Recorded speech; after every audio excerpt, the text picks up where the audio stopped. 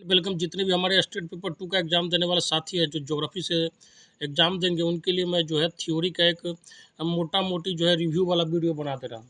आप एग्ज़ाम से पहले इसको ज़रूर देख के जाइएगा, क्योंकि ये आपके लिए बहुत ही यूज़फुल होने जा रहा है, ठीक है? और आगे भी किसी भी एग्ज़ाम में दीजिएगा तो यूज़फुल रहेगा। मैं उतना डिटेल में नहीं जाऊँगा, लेकिन मैं फिर भी आपको मोटा-मोटी जो है आइडिया दे दूँगा, ठीक है? ज्योग्राफी के हर एक टॉपिक का। चलिए, तो बिना टाइम को बर्बाद किए हुए स्टार्ट करते हैं टॉपिक को। अगर अभी तक चैनल से नहीं जुड़े हैं, तो चैनल से जुड़ जाइए, बेल आइकन को दबा लीजिए और नोटिफिकेशन को हमेशा ऑन करके रखिएगा, ताकि जैसे ही कोई भी वीडियो डालूंगा तब तक नोटिफिकेशन पहुंच जाए। और बहुत ही जल्दी मैं साथियों आप लोग का जो है आज या कल में जो है आपका बीपीएससी ट्री 2.0 भी स्टार्ट करने जा रहा हूँ। हर सब्जेक्ट का आपका जो उसमें रहेगा 6 से लेकर 10th तक। और अगर 11-12 के साथियों के लिए 11-12 का जो है SCRT जो सिलेबस तो बिहार सरकार फॉलो करती है अपने एग्ज़ाम में, उसके तहत जो है आपको कराया जाएगा। साथ ही आपका उसका एमसीक्यू कराया जाएगा। थ्योरी के बाद मैं पहले थ्योरी कराऊंगा, फिर एमसीक्यू कराऊंगा उसी टॉपिक का, हर एक टॉपिक का डिटेल में। और उसके बाद जो है आपका जो प्रैक्टिस सेट आएगा मार्केट, उसको करवा दूंगा। तो अभी तक नहीं जुड़े हैं चैनल से तो जुड़ जाइए, अपने साथियों को भी बताइए, ज़्यादा से ज़्यादा लाइक कीजिए और शेयर कीजिए। चलिए साथियों, तो स्टार्ट करते हैं। सौर मंडल के बारे में सबसे पहले पढ़ते हैं ज्योग्राफी में। सौर मंडल क्या है, ठीक है? सौर मंडल होता क्या है? देखिए, सौर मंडल जो होता है उसमें सूर्य होते हैं, ठीक है? सूर्य के अलावा 8 ग्रह होते हैं। और ये ग्रह जो होते हैं, जो भी है, वो क्या करते हैं, सूर्य के चारों ओर चक्कर लगाते हैं। 8 ग्रह जो है क्या है, सूर्य के चारों ओर चक्कर लगाते हैं अपने अपने कक्षा में। इसके अतिरिक्त जो है हमारे सौर मंडल में क्या होता है, क्षुद्र ग्रह होता है, धूमकेतु भी होता है, उल्का पिंड भी होता है, ठीक है। और अन्य आकाशीय पिंड भी होते हैं। अब सौर मंडल में जो मेन है, जो मुखिया होता है, एक तरह से मोटा मोटी समझिए, कहानी के तौर पर समझा दो। सौर मंडल का जो मुखिया होता है क्या होता है, सूर्य होता है। इसका बहुत रीज़न है, क्योंकि पूरे सौर मंडल को जो रोशनी देने का काम क्या करता है, सूर्य करता है। पूरे सौर मंडल में जो है सूर्य के प्रति रोशनी देने का काम क्या करता है, सूर्य करता है। और सारा का सारा एनर्जी भी इसी के पास जो है निहित है। समझिए, मोटा मोटी सारा एनर्जी जो है सूर्य में ही निहित है। पूरे जो सौर मंडल का जो द्रव्य है, ठीक है, जो द्रव्यमान है, उसमें 99.99 जो है सूर्य का ही योगदान है। तो समझ में आया सौर मंडल क्या हुआ है? समझिए कि एक सूर्य है, तो 8 ग्रह है, क्षुद्र ग्रह है, धूमकेतु है, उल्का पिंड है, अन्य आकाशीय पिंड है। इस सब को मिला के क्या बन जाता है, तो अपना सौर मंडल बन जाता है। उसका जो मुखिया हेड कौन है, तो सूर्य है, ठीक है। सूर्य में ही समस्त ऊर्जा निहित है। और सूर्य का में का सोचिए, पूरे सौर मंडल के जो है द्रव्यमान का 99.99 जो है किसमें, तो सूर्य में ही निहित है। तो उम्मीद करता हूँ सौर मंडल के बारे में आपको समझ में आ गया होगा। अब चलते हैं नेक्स्ट पॉइंट पे। जैसे ग्रह के बारे में आ गया, देखिए, सूर्य के इर्द गिर्द घूमने वाले ढांचों जो अपनी ही धुरी पर एक समय में ही परिक्रमा करते हैं को ग्रह कहलाता है। ये 8 प्रकार के हैं। देखिए, ग्रह जो है सूर्य के चारों ओर भी परिक्रमा करते हैं और अपने कक्ष में भी परिक्रमा करते हैं, ठीक है। और ये जो है, जो भी सूर्य के चारों ओर परिक्रमा करते हैं वो सब ग्रह हैं, ठीक है। मोटा मोटी इसको समझिए, इसके डेप्थ में अभी जाने की जरूरत नहीं। आपको क्या क्या पढ़ना मैं इंपॉर्टेंट बताऊँगा। ग्रह जो आपको 8 पढ़ना है, उसमें मैं आपको क्या पढ़ना है, क्या इंपॉर्टेंट है, ये मैं आपको बताने जा रहा हूँ। चलिए, बुध ग्रह हो गया, इसी में एक बुध ग्रह आता है, ठीक है, जो सूर्य के सबसे निकट है। जैसे मान के चलिए सूर्य है, ठीक है, तो सूर्य के निकट जो है बुध ग्रह ये आ गया, ठीक है। बुध हो गया, ये हो गया आपका सन हो गया, ये हो गया सन। और ये हो गया आपका क्या, बुध ग्रह। बुध को अंग्रेजी में मरकरी बोलते हैं, ठीक है, मरकरी बोलते हैं। आप इसको जो है बुध ग्रह भी ध्यान रख सकते हैं, ठीक है। तो सूर्य के जो सबसे नज़दीक है, हाँ, इसके बाद फिर दूसरा आ जाएगा, फिर तीसरा आ जाएगा। इसी तरह से कक्षा में अपने जो है ग्रह घूमता है, ताकि एक दूसरे को काटे नहीं, एक दूसरे को डिस्टर्ब नहीं करे। सबका अपना अपना रास्ता है, ठीक है। तो बुध ग्रह जो है उसके बारे में मैं आपको डिटेल में बता देता हूँ क्या क्या पढ़ना है, ठीक है ना। आपको बस सुनना है, कहानी के तौर पर सुन लीजिए। एग्जाम से पहले जो है आशा करता हूँ कि अच्छा जो है ये आपका काम कर जाएगा। बुध ग्रह जो होता है सूर्य का सबसे नज़दीक का ग्रह क्या है, सबसे नज़दीक का ग्रह। देखिए, सबसे समीप का ग्रह है। समीप का मतलब होता है हिंदी में नज़दीक होता है। समीप मतलब क्या होता है, नज़दीक का होता है, तो नज़दीक होता है, ठीक है। इसके बाद जो है ये कह रहा है कि सूर्य के इर्द गिर्द एक चक्कर पूरा लगाने में 88 दिन लगता है। ये आपको याद नहीं रखना है। मोटा मोटी याद रह जाएगा तो बहुत बढ़िया बात है, नहीं याद रहा तो भी कोई बात नहीं है, ठीक है। आपको क्या ध्यान क्या रखना है कि बुध ग्रह जो है सूर्य के सबसे नज़दीक का ग्रह है, ठीक है। और जो है यह सबसे छोटा ग्रह है। पूरे सौर मंडल में सबसे छोटा ग्रह है सूर्य, यदि बुध है, ठीक है। इसके पास कोई भी अपना उपग्रह नहीं है। इसके पास जो है उपग्रह नहीं है। उपग्रह मतलब इसके पास जो है कोई भी उपग्रह नहीं है, इस बात को ध्यान रखिएगा। इसके पास कोई भी सैटेलाइट नहीं है। बुध ग्रह एक ऐसा प्लेनेट है जिसके पास कोई भी अपना उपग्रह नहीं है। इस बात को ध्यान रखिएगा, बहुत पूछा जाता है, ठीक है। इसके पास कोई भी वो उपग्रह नहीं है, ठीक है। तो बुध ग्रह के बारे में आपको क्या ध्यान ध्यान रखना है? बुध ग्रह के बारे में ध्यान ये रखना है कि ये जो है सूर्य के सबसे नज़दीक का ग्रह है, इसके पास अपना कोई भी उपग्रह नहीं है, ठीक है। साथ ही आपको ये ध्यान रखना है कि यह सूर्य की परिक्रमा करने में सबसे कम समय लगता है। देखिए, ये जितना आप इसके नज़दीक रहिएगा उतना आपको क्या होगा, परिक्रमा करने में उसको कम समय लगेगा। अब मान के चलिए कोई कोई ग्रह यहाँ पे है तो ज़्यादा परिक्रमा करने में, कोई यहाँ पे है तो जो स्वाभाविक है सूर्य का परिक्रमा करने में क्या लगेगा, ज़्यादा समय लगेगा। जैसे आप मान के चलिए मंदिर में जाते हैं, ठीक है, कोई मंदिर के दीवार से सबसे नज़दीक से जो है परिक्रमा कर रहा है और कोई जो है बहुत जो है दूरी से कर रहा है तो उसको ज़्यादा समय लगेगा, यही चक्कर है। तो आपको ध्यान क्या रखना है, 3 इंपॉर्टेंट बात है इसमें कि यह सब सूर्य के सबसे नज़दीक का ग्रह है, ध्यान रखिएगा सूर्य के। इसके बाद जो है यह सबसे छोटा ग्रह भी है, ठीक है, इसके पास अपना कोई उपग्रह नहीं है और ये जो है सूर्य की परिक्रमा करने में सबसे कम समय लगता है। क्यों? क्योंकि ये सूर्य के सबसे नज़दीक है। चलिए अब आगे जो है आप शुक्र ग्रह के बारे में पढ़ना है, ठीक है। शुक्र ग्रह के बारे में मैं जो है आपको इंपॉर्टेंट पॉइंट बोल देता हूँ, अब इसको ध्यान में रखिएगा, बहुत पूछा जाता है, ठीक है। देखिए बुध ग्रह जो था सूर्य के सबसे नज़दीक था। शुक्र ग्रह क्या है, तो ये पृथ्वी के सबसे नज़दीक का ग्रह क्या है, तो ये जो है आपका पृथ्वी के सबसे नज़दीक का ग्रह है। किसके? पृथ्वी के सबसे नज़दीक का ग्रह है, ठीक है, पृथ्वी के सबसे नज़दीक का ग्रह है, इस बात को ध्यान रखिएगा। तो जो है शुक्र ग्रह क्या है, तो शुक्र ग्रह को अंग्रेजी में वेनस बोलते हैं। यह जो है पृथ्वी के सबसे नज़दीक का ग्रह है। क्या है? पृथ्वी के सबसे नज़दीक का ग्रह है। और इसके बाद जो इम्पोर्टेंट चीज़ ध्यान रखना है मैं आपको बता रहा हूँ, इसको जो है चमकीला ग्रह कहा जाता है। क्या कहता है? चमकीला ग्रह कहा जाता है। और ये सबसे गर्म ग्रह है। क्या है? सबसे गर्म ग्रह। बहुत पूछा जाता है ये सब चीज़ कि किसको जो है चमकीला ग्रह कहा जाता है, तो शुक्र ग्रह को। यह सबसे गर्म ग्रह है, ठीक है। इसे साँझ का तारा या भोर का तारा भी कहा जाता है। ये भी बहुत पूछा जाता है, ध्यान रखिए। किस ग्रह को जो साँझ का तारा या भोर का तारा कहा जाता है, तो शुक्र ग्रह को, ठीक है। किस ग्रह को साँझ का तारा या भोर का तारा कहा जाता है, तो शुक्र ग्रह को, ठीक है। इसके बाद जो है आपको जो है पृथ्वी का भगिनी ग्रह भी इसी को कहते हैं। क्या कहते हैं? पृथ्वी का भगिनी ग्रह, ये पूछा था, ठीक है। ये पूछा था बीपीएससी 7th पेज में जो है इसके बारे में पूछा गया था, शुक्र ग्रह के बारे में, तो इसलिए अच्छे से पढ़ लीजिए। जुड़वा जो है, जुड़वा ग्रह भी इसी को कहा जाता है, ठीक है ना। तो पृथ्वी का भगिनी ग्रह किसको कहते हैं, तो शुक्र ग्रह को कहते हैं। तो आपको ध्यान क्या रखना है, ठीक है, आपको ध्यान ये रखना है इसमें कि इसके पास भी कोई अपना उपग्रह नहीं है, ठीक है। जैसे बुध ग्रह हुआ, बुध ग्रह के पास कोई अपना उपग्रह नहीं है, और शुक्र ग्रह के पास भी अपना कोई उपग्रह नहीं है। तो शुक्र ग्रह के बारे में क्या ध्यान रखना है, यह सबसे पृथ्वी के नज़दीक का ग्रह है, सबसे चमकीला है, सबसे गर्म ग्रह है। इसको साँझ या भोर का तारा कहा जाता है। इसी को पृथ्वी का भगिनी ग्रह भी कहते हैं, ठीक है। इसके पास जो है अपना कोई उपग्रह नहीं है। बुध ग्रह के पास भी कोई अपना उपग्रह नहीं। देखिए 2 ग्रह जो है जिसके पास अपना कोई उपग्रह नहीं है सौरमंडल में, ठीक है। एक हो जाता है बुध जिसके पास कोई उपग्रह नहीं है, और दूसरा हो जाता है शुक्र जिसके पास भी अपना कोई उपग्रह नहीं है, ठीक है। ध्यान रखिएगा, इतना मोटा मोटी ध्यान रखिएगा तो आपका जो है काम बन जाएगा। और ये एक सबसे इम्पोर्टेंट बात ये ध्यान रखना है कि देखिए अन्य ग्रह के जो है विपरीत ये जो है आपका क्लॉकवाइज चक्रण करते हैं। देखिए जितना भी ग्रह सौरमंडल में जो 2 ग्रह छोड़ दीजिए, ठीक है, एक हो गया यूरेनस हो जाता है, एक शुक्र हो जाता है, जिसका जो है घूमने का दिशा उल्टा है, ठीक है। वो भी आगे आएगा तो मैं आपको बताते चलूँगा डिटेल में, ठीक है। तो शुक्र ग्रह जो है थोड़ा उल्टा विपरीत दिशा में जो है दक्षिणावर्त जो है चक्रण करता है। दक्षिणावर्त का मतलब होता है क्लॉकवाइज, ठीक है ना, घड़ी जैसे चलती है उस तरीके से जो है चक्रण करता है, ठीक है। तो इस बात को ध्यान रखिएगा। अब आते हैं पृथ्वी पर, ठीक है। पृथ्वी के बारे में तो आपको मोटा मोटी आइडिया होगा ही, लेकिन मैं फिर भी बता देता हूँ पृथ्वी के बारे में, क्योंकि ये पृथ्वी जो है वो हम लोग खुद इस ग्रह पर रहते हैं, तो इसके बारे में तो आइडिया होना ही चाहिए। चलिए पृथ्वी के बारे में बता देता हूँ। पृथ्वी जो है आकार में 5वां सबसे बड़ा ग्रह है। जैसे ये हुआ आपका, ये यहाँ पे बुध था, तो इसी तरह से 5वां नंबर पर आता है पृथ्वी। कितने? 5वां नंबर पर आ जाएगा पृथ्वी, ठीक है ना। इसको ध्यान रखिएगा मोटा मोटी। अब जो है इसमें पढ़ना क्या है, ध्यान क्या रखना है, ठीक है। तो पृथ्वी जो है आकार में 5वां सबसे बड़ा ग्रह है, ये मोटा मोटी याद रख लीजिएगा। इसके बाद जो है यह जो है अपने अक्ष पर, ठीक है, अपने अक्ष पर 23.5 डिग्री झुका है। कितना? 23.5 डिग्री। और ये जो है आपका डाटा बहुत पूछा जाता है कि पृथ्वी जो है अपने अक्ष पर कितना झुका है, तो 23.5 डिग्री झुका है। कितना? 23.5 डिग्री झुका है, ठीक है। और कह रहा है कि देखिए आपको पता है 8 ग्रह के बारे में अभी तक जो है अति क्या हुआ मोटा मोटी पता है, ठीक है।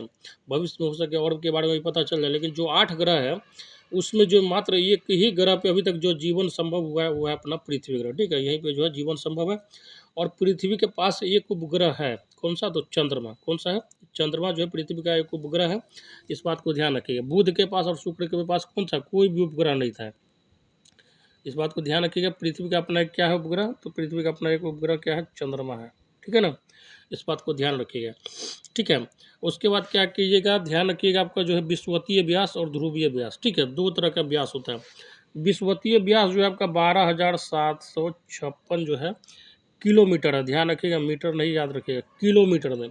पृथ्वी का जो विषुवतीय व्यास कितना है? तो 12,756 किलोमीटर है। और ध्रुवीय व्यास कितना है? तो 12,714 है। 12,714 किलोमीटर का है ध्रुवीय व्यास है। तो आपको पता चलेगा कि विषुवतीय व्यास क्या है? ध्रुवीय व्यास से ज़्यादा है। कितना ज़्यादा है? तो 42 किलोमीटर ज़्यादा है। देखिए फिर से याद कर लीजिए, पृथ्वी का जो विषुवतीय व्यास कितना है? तो हो जाएगा आपका 12,756 किलोमीटर। और ध्रुवीय व्यास कितना हो जाएगा? 12,714 किलोमीटर। ठीक है, चलिए आगे क्या आपको मोटा मोटी ध्यान रखना है इस पे कि पृथ्वी को जो है सूर्य की परिक्रमा पूरा करने में कितना समय लगता है? तो 365 दिन 5 घंटा 48 मिनट और 46 सेकंड के करीब समय लगता है। मोटा मोटी कहिए तो 365 दिन और 6 घंटा समय लगता है। यही कारण है कि जब 4 साल परिक्रमा करता है तो देखिए 365 दिन तो है ही है, और चौथा साल में क्या होता है? ये 6 घंटा 6 घंटा 6 घंटा 6 घंटा जुट के क्या होता है? 24 घंटा एक्स्ट्रा बन जाता है। यही कारण है कि हर जो है 4 साल पे जो एक लीप ईयर आता है, जिसमें क्या होता है? फरवरी जो है 29 दिन का हो जाता है। ठीक है, समझ में आया आपको? पृथ्वी जो सूर्य का परिक्रमा कितना दिन में करता है? तो 365 दिन 5 घंटा 48 मिनट 46 सेकंड। मोटा मोटी आप इसको ध्यान रखिए, 365 दिन 6 घंटा में जो है पृथ्वी सूर्य की परिक्रमा करता है। ठीक है, और यही कारण है कि हर जो है 4 साल में एक दिन एक्स्ट्रा हो जाता है। इस यही कारण है कि आपको फरवरी का महीना जो है 29 दिन का जो मिलता है। आगे कराइए, तो सूर्य की परिक्रमा कर रहा है। ठीक है, ये जो आपका सूर्य की परिक्रमा, पृथ्वी अपने अक्ष पे भी घूमता है। ठीक है ना, जिसके कारण क्या होता है? दिन या रात होता है। पृथ्वी देखिए अपने अक्ष पर घूमना को क्या बोलते हैं? घूर्णन बोलते हैं। क्या बोलते हैं? अपने अक्ष पे कोई घूमता है तो उसको क्या बोलते हैं? घूर्णन बोलते हैं। ठीक है, तो पृथ्वी का घूर्णन जो है कितना समय लेता है टाइम अपने अक्ष पर घूमने में? तो 23 घंटा 56 मिनट और 4 सेकंड। ठीक है, पृथ्वी दिन भर में अपने अक्ष पर घूम जाती है। यही कारण है कि दिन और रात होता है, नहीं घूमेगी तो नहीं होगा। ठीक है ना, तो इसी कारण दैनिक गति होता है। ठीक है, इसको दैनिक गति कहते हैं। और कितना समय लेता है? तो 23 घंटा 56 मिनट और 4 सेकंड। ठीक है, मोटा मोटी समझिए कि 24 घंटा है। ठीक है ना, तो इसीलिए आप देखते हुए कभी जो है थोड़ा दिन बड़ा हो जाता है, थोड़ा छोटा हो जाता है। एग्जैक्ट जो है एक ही 2 दिन जो होता है साल में, जो है एक दिन होता है जहाँ पे एग्जैक्ट जो है आपका 24 घंटा का जो है दिन होता है। अब इसको पता होगा आपको। ठीक है ना, तो आपको ध्यान क्या रखना है पृथ्वी के बारे में। और दोस्तों पृथ्वी को नीला ग्रह कहा जाता है। कौन सा? ब्लू प्लेनेट जो है पृथ्वी को कहा जाता है। पृथ्वी का कलर कैसा? तो नीला है। ठीक है, कैसा है? नीला है। आकार एवं बनावट की दृष्टि से पृथ्वी और जो है शुक्र दोनों समान है। इस बात को ध्यान रखिएगा। ठीक है, और क्या आपको ध्यान रखना है इसके बारे में, जो है सूर्य के बाद जो है पृथ्वी के सबसे निकट का तारा कौन सा है? तो प्रोक्सिमा सेंचुरी है। क्या है? प्रोक्सिमा सेंचुरी है। ठीक है, इतना बात आप ध्यान रखिए। मैं फिर से बोल देता हूँ आपको, मोटा मोटी दिमाग में बैठा लीजिएगा। पृथ्वी जो है आकार में 5वां सबसे बड़ा ग्रह है। ठीक है, यह अपने अक्ष पर 23.5 डिग्री झुका है। पूरे सौर मंडल में मात्र एक ग्रह जिस पर जो जीवन संभव है। इसका विषुवतीय व्यास कितना है? 12,756 किलोमीटर है। और इसका ध्रुवीय व्यास कितना है? तो 12,714 किलोमीटर है। ठीक है, उसके बाद जो पृथ्वी अपने अक्ष पर कितना समय लेती है? तो 23 घंटा 56 मिनट। मोटा मोटी इसको ध्यान रखिएगा, 24 घंटा समय लेती है। और इसके जो अपने अक्ष पे घूमने के कारण ये क्या होता है? दिन या रात होता है। पृथ्वी जो है सूर्य के चारों ओर भी परिक्रमा करती है। और जो है इसमें उसको कितना 365 दिन 6 घंटा लगता है। ठीक है, हर चौथे साल। यही कारण है कि 24 घंटा एक्स्ट्रा होने के कारण फरवरी माह जो होता है लीप ईयर का कितना हो जाता है? 29 दिन का हो जाता है। इसके बाद कह रहा है कि पृथ्वी का जो है लगभग लगभग आकार एवं बनावट जो है शुक्र ग्रह के समान है। ठीक है, इस बात को ध्यान रखिएगा। इसीलिए शुक्र ग्रह पर आजकल रिसर्च बहुत ज़्यादा चल रहा है। पृथ्वी को नीला ग्रह कहा जाता है। ठीक है, क्यों पृथ्वी को नीला ग्रह कहा जाता है? कलर भी पूछा जाता है। जैसे बुध और शुक्र ग्रह के बारे में जो आपको पता है, शुक्र चमकीला ग्रह, बुध ग्रह के कलर के बारे में जो है डिफाइन नहीं किया गया उतना सही से। ठीक है, और सूर्य के बाद जो है पृथ्वी के सबसे निकट का तारा स्टार जो है कौन सा? प्रोक्सिमा सेंचुरी है। इस बात को ध्यान रखिएगा। ठीक है, इतना चीज़ आप ध्यान रखिएगा पृथ्वी बारे में, तो मोटा मोटी जो है पृथ्वी से आपका क्वेश्चन आएगा तो बन जाएगा। ठीक है ना, चलिए और ये जो मैं आपको बोल रहा था, ऋतु जो परिवर्तन होता है, तो पृथ्वी जो सूर्य के चारों ओर घूमती है, इसके कारण जो है ऋतु परिवर्तन होता है। और दिन या रात का जो घटना होता है, तो जो है पृथ्वी अपने अक्ष पर घूमती है, इसके कारण होता है। इतना आपको समझ में आ गया होगा। अब चलते हैं मंगल ग्रह पे, ठीक है। मंगल ग्रह के बारे में आपको बता दो थोड़ा, साथ ही सबसे क्वेश्चन जो है ज़्यादा टारगेट करती है, इसलिए मैं इसको थोड़ा डिटेल में आपको बता दे रहा हूँ। आइए मंगल ग्रह के बारे में। तो मंगल ग्रह के बारे में तो आपको पता ही होगा, इसको लाल ग्रह कहा जाता है। नहीं ध्यान है तो ध्यान रखिएगा, मंगल को जो है ना हनुमान जी का पूजा होता है हमारे देश में, ठीक है। तो हनुमान जी जहाँ भी आप देखिएगा तो उसका मूर्ति जो होगा लाल कलर का होगा, और महिलाएं जो व्रत करती है वो भी लाल कपड़ा पहनती है। तो इस हिसाब से ध्यान रखिएगा कि मंगल जो ग्रह है कौन सा, तो लाल कलर का। इसको याद करने का ट्रिक बता रहा हूँ, ये कोई फास्ट लॉजिक नहीं है। हालांकि साइंस इसका लॉजिक बताता है कि जो ये लाल ग्रह होता है, इसका मेन कारण क्या है, तो आयरन ऑक्साइड है। क्या है? आयरन ऑक्साइड है, या फिर समझिए कि वो कह सकते हैं, या फिर 2O3, बहुत तरह के जो आयरन का ऑक्साइड होता है, ठीक है। तो ये जो है मेरे इसका मेन कारण क्या है, मंगल ग्रह के लाल होने का कारण क्या है, तो आयरन ऑक्साइड होता है, ठीक है। चलिए आगे कह रहा है कि जो देखिए जिस तरीके से पृथ्वी अपने अक्ष पर 23.5 डिग्री झुका हुआ है, ठीक है। जैसे विकलांग वगैरह व्यक्ति को मजाक नहीं उड़ा रहा हूँ, दिव्यांग जो व्यक्ति होते हैं, वो याद रखने का ट्रिक है बस। तो वह ये जो हो गया आपका मंगल ग्रह कितना, तो 25 डिग्री झुका है। कितना? अपने अक्ष पर कितना? 25 डिग्री झुका है। पृथ्वी 23.5 डिग्री, ये अपने अक्ष पर 25 डिग्री झुका है, ठीक है। और ये इसका जो है आपका दिन दिन का मान जो होता है, यहाँ पे भी दिन जो होता है लगभग लगभग, ठीक है, पृथ्वी के ही समान है, ठीक है। और जो है इसका भी झुकाव है पृथ्वी के समान। तो मोटा मोटी जो है आपका दो ग्रह जो है, एक मंगल ग्रह हो गया, एक शुक्र ग्रह हो गया। इसीलिए इस पे दोनों ग्रह पे जो है आजकल रिसर्च चल रहा है बहुत बड़े पैमाने पे, क्योंकि इसका जो थोड़ा बहुत नेचर जो है पृथ्वी से मिल रहा है। और अब विगत भविष्य में पता है कि आपको पृथ्वी पर कितनी समस्याएं आने वाली है, जिस हिसाब से पॉपुलेशन वगैरह बढ़ रहा है। चलिए मान के चलिए भविष्य के लिए, इसीलिए साइंटिस्ट वगैरह रिसर्च भी कर रहे हैं कि दूसरे ग्रह पे अगर इस तरह का हो, तो एक अल्टरनेट ऑप्शन लेके हमेशा जो है साइंस चलता है।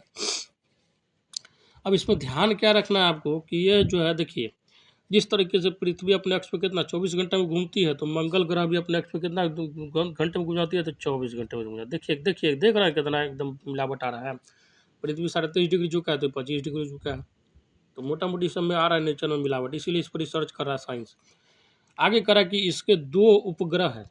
जैसे बुध के पास कोई उपग्रह नहीं था, शुक्र के पास कोई उपग्रह नहीं था, कोई भी सैटेलाइट नहीं था। हाँ, पृथ्वी के पास अपना एक सैटेलाइट है, ध्यान रखिएगा, उपग्रह है, उसको चंद्रमा बोला जाता है, ठीक है। मैं इसको पॉइंट को नहीं बोला था, अब इसको ध्यान रखिएगा। पृथ्वी के पास एक उपग्रह है आपके पास अपना है, जो है कौन सा? चंद्रमा है। तो चंद्रमा जो है पृथ्वी के चारों ओर परिक्रमा लगाती है, इस बात को ध्यान रखिएगा। मंगल ग्रह के पास जो है आपका दो उपग्रह है। कौन सा? दो उपग्रह। और इसका नाम भी पूछा जाता है, नाम भी इसका जो है दिमाग में बैठा लीजिएगा, कौन सा है, तो फोबोस और डिमोस। क्या है? फोबोस, ये हो गया फोबोस और डिमोस, ठीक है ना।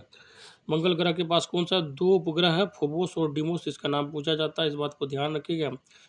और ये एक चीज़ और इम्पोर्टेंट ध्यान रखना है आपको, जो है मंगल ग्रह पे जो है ना, मंगल ग्रह पे जो है आपका, जो मंगल ग्रह पे है आपका, ठीक है, सबसे बड़ा ज्वालामुखी है, उसका नाम है ओलिपस मेसी, ठीक है। हालांकि उतना आपका थोड़ा डिटेल में हो गया, मैं फिर भी बोल दे रहा हूँ बताने के क्रम। सबसे बड़ा ज्वालामुखी क्या है, तो ओलिपस मेसी है, मंगल ग्रह पे ही है। पूरे सौर मंडल में जितना भी ज्वालामुखी आता है, उसमें सबसे भयंकर ज्वालामुखी मंगल ग्रह पे ही आता है। इसको जो है आपका ओलिपस मेसी कहते हैं। क्या? ओलिपस मेसी, ध्यान रखिएगा, ओलिपस मेसी क्या बोलते हैं? ओलिपस मेसी,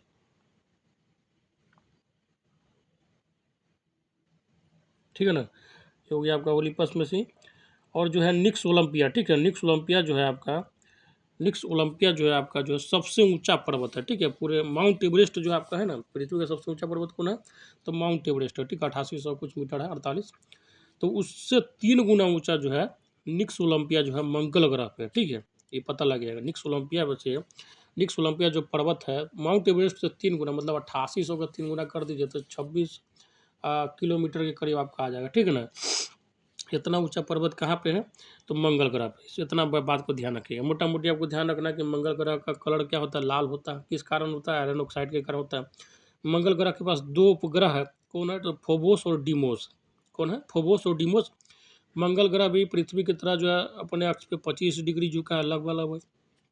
पृथ्वी 23.5 डिग्री झुका है, मंगल ग्रह 25 डिग्री झुका है, ठीक है। और इसके बाद जो है मंगल ग्रह भी अपने जो है धुरी पर 24 घंटे में जो चक्कर पूरा कर लेता है। सूर्य का परिक्रमा करने में इसको 687 दिन लगता है। कितना? 687 दिन। सूर्य के परिक्रमा करने में 687 दिन लगता है। इसका मतलब ये होता है, इससे आप ये निकाल सकते हैं कि जो मंगल ग्रह पर एक साल जो होगा 687 दिन का होगा। जैसे पृथ्वी क्या करता है, सूर्य की परिक्रमा करने में 365 दिन लेती है। यही कारण है कि पृथ्वी जो एक वर्ष होता है कितना 365 दिन का होता है। तो मंगल ग्रह क्या करती है, सूर्य की परिक्रमा करने में 687 दिन लेती है। 687 दिन, इसका मतलब क्या है कि मंगल ग्रह पे आप जाइएगा तो आप 687 दिन बिताइएगा तो एक साल वहाँ का होगा। इसका कहने का मतलब समझ रहे हैं। कोई इंसान अगर पृथ्वी पे 70 साल जीती है तो मोटा मोटी कितना हो गया, दुगुना के करीब हो गया, ठीक है ना। तो वहाँ पे जाइएगा ना तो वहाँ पे आप 35 साल में टेढ़ हो जाइएगा। तो यही कहना है, कहने वाला, ठीक है ना।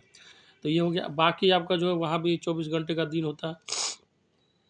फोबोस और डीमोस जो 2 उपग्रह है, ठीक है। ओलिपस मेसी जो सबसे बड़ा ज्वालामुखी जो है पूरे सौरमंडल में जितने ग्रह हैं सब में जो सबसे बड़ा ज्वालामुखी कहाँ है, तो मंगल ग्रह पे ओलिपस मेसी नाम है उसका। और सबसे ऊंचा पर्वत माउंट एवरेस्ट जो पृथ्वी का है उससे भी 3 गुना ऊंचा पर्वत जो है मंगल ग्रह पे, क्या नाम है उसका, निक्स ओलंपिया। क्या नाम है? निक्स ओलंपिया। इस बात को ध्यान रखें। निक्स ओलंपिया जो है आपका, जो इसको मैं लिख देता हूँ, निक्स जो है ओलंपिया, ठीक है। निक्स हो गया आपका, ओलंपिया हो गया। ये जो है आपका पर्वत है जो माउंट एवरेस्ट से भी 3 गुना ऊंचा है, लेकिन कहाँ पे है, तो मंगल ग्रह पे। चलिए, ये हो गया आपका मंगल ग्रह। अब आते हैं बृहस्पति ग्रह पे। बृहस्पति ग्रह के बारे में मैं मोटा मोटी चीज़ बता देता हूँ। देखिए, ये जो है सौर मंडल का सबसे बड़ा ग्रह है और बहुत पूछा जाता है। सौर मंडल का सबसे बड़ा ग्रह कौन जो है, तो है बृहस्पति ग्रह। इसको अंग्रेजी में जुपिटर बोलते हैं, ठीक है।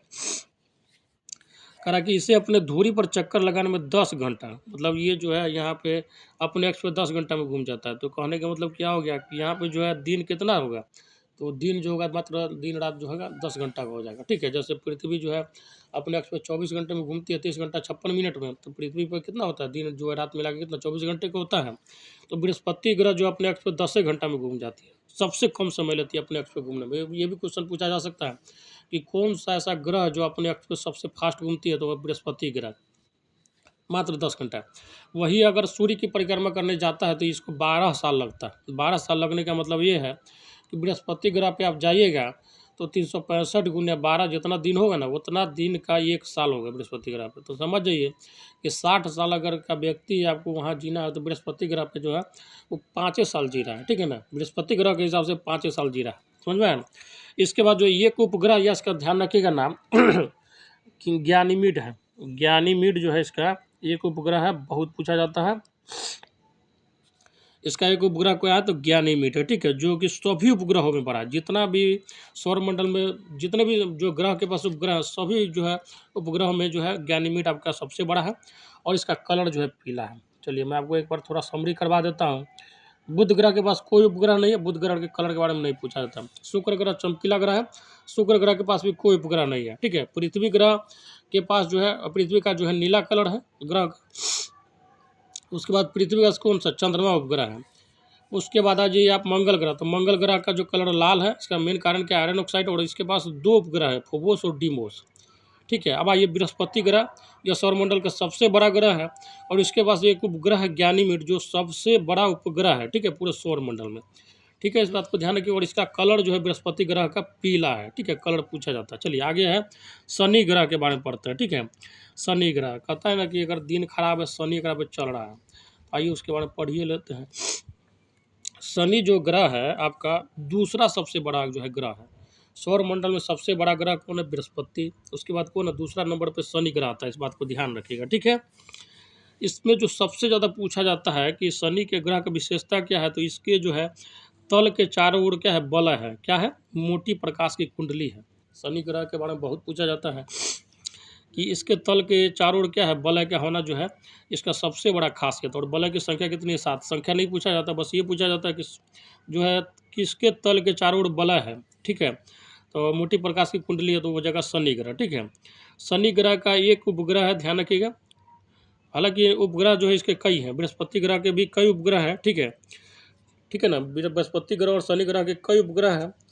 उसके बाद उसमें जो सबसे इम्पोर्टेंट है बृहस्पति ग्रह का ज्ञानीमिड है, और शनि ग्रह का जो होगा आपका टाइटन हो जाएगा। ठीक है, शनि ग्रह का जो सबसे बड़ा सब उपग्रह में सबसे बड़ा क्या है, टाइटन है। जो टाइटन घड़ी पहनते हैं ना, इसी नाम का है। टाइटन जो है आपका शनि ग्रह के जितने उपग्रह है उसमें सबसे बड़ा है। ठीक है ना, इस बात को ध्यान रखिएगा। और जो है इतना चीज़ आप ध्यान रख लीजिएगा तो मोटा मोटी जो है आपको शनि ग्रह का क्वेश्चन पकड़ा जाएगा। ठीक है ना, शनि ग्रह का जो है क्या ध्यान रखना है, तो ये जो है आपका सौरमंडल का दूसरा सबसे बड़ा ग्रह है। इसके तल के चारों ओर बला है। जो पूछा जाता है इसके जो जितने भी उपग्रह उसमें सबसे बड़ा टाइटन है, इतना ध्यान रखिएगा, काम चल जाएगा। चलिए आगे आते हैं यूरेनस पे, अरुण पे। ठीक है ना, यूरेनस के बारे में आपको जो है मोटा मोटी जो है आपको जो पूछा जाएगा, ये आपका तीसरा सबसे बड़ा उपग्रह है। और यहाँ जो है सूर्योदय पश्चिम की ओर होती है, सूर्यास्त पूरब की ओर होती है। समझ में आया? मतलब सूरज किधर उगता है तो पश्चिम की ओर उगता है। ठीक है, इसको जो है अरुण ग्रह को लेटा हुआ ग्रह कहते हैं। क्या बोलते हैं? लेटा हुआ ग्रह किसको बोला जाता है? तो अरुण को बोला जाता है। किसको? अरुण को क्या बोला जाता है? लेटा हुआ ग्रह बोला जाता है। इसको दिमाग में बैठा लीजिएगा। ठीक है, और इसको बारे में ध्यान क्या रखना, देखिए दो जो ग्रह है उसका जो घूमने का दिशा उल्टा है।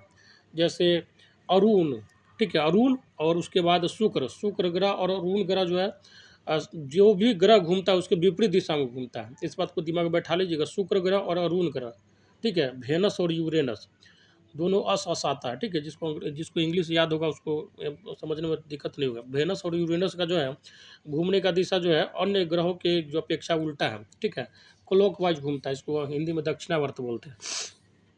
और जो एक चीज़ क्या ध्यान रखना है, तो बुध और शुक्र के पास कोई उपग्रह नहीं है। ठीक है, दो चीज़ ध्यान रखिएगा, इसे बहुत टारगेट किया जाता है। अरुण ग्रह को जो यूरेनस है उसका नाम क्या होता है? अरुण होता है हिंदी में। इसको लेटा हुआ ग्रह बोलते हैं। कौन सा? लेटा हुआ ग्रह बोलते हैं। आगे जो है वरुण हो गया आपका। वरुण को पढ़ते हैं नेपच्यून, इसको बोलते हैं अंग्रेजी में। वरुण जो है आपका जो है इसके बारे में ज़्यादा आपको जानना नहीं है डेप्थ में। इसमें जो पूछा जाएगा आपका यह जो इसका कलर पूछा जाता है। वरुण का कलर कौन सा है? तो ये हो जाएगा आपका हरा कलर। कौन सा? हरा कलर है। और हरा कलर होने का मेन कारण क्या है? तो इसके चारों ओर जो है अति शीतल जो है मीथेन का बादल छाया हुआ। क्या है? अति शीतल जो है, बहुत ठंडा जो है मीथेन का बादल। मीथेन का फार्मूला क्या होता है तो आपको पता होना चाहिए। मीथेन का फार्मूला क्या होता है? CH4 होता है। ठीक है ना, केमिस्ट्री में आपको पढ़ना होगा ये सब चीज़। तो CH4 जो होता है, ठीक है, तो इसका हरा हरा कलर क्यों होता है? तो ये इसके चारों ओर जो है शीतल मीथेन का बादल छाया हुआ, इसलिए। बस इतना काम हो जाएगा वरुण ग्रह में। ठीक है, अब आइए उपग्रह के बारे में पढ़ते हैं। अब जो है उपग्रह के बारे में मैं आपको मोटा मोटी बता देता हूँ। देखिए सूर्य के चारों ओर ग्रह परिक्रमा लगाता, ग्रह का हर ग्रह का मोटा मोटी एक नदी कुछ ना कुछ उपग्रह है। ठीक है, तो ग्रह के चारों ओर कौन परिक्रमा लगाता है? तो ग्रह लगाता है।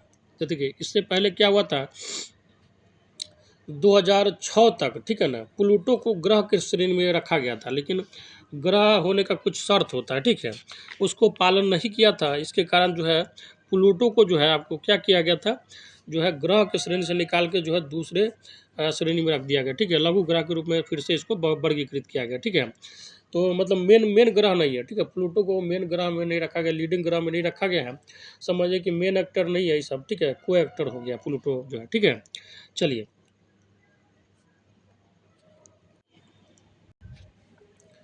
चंद्रमा के बारे में पढ़ना है, थोड़ा बहुत आपको बता देता हूँ। चंद्रमा जो है आपका पृथ्वी का जो है प्राकृतिक ग्रह है। ठीक है, एक मतलब प्राकृतिक मतलब नेचुरल ग्रह है। ठीक है,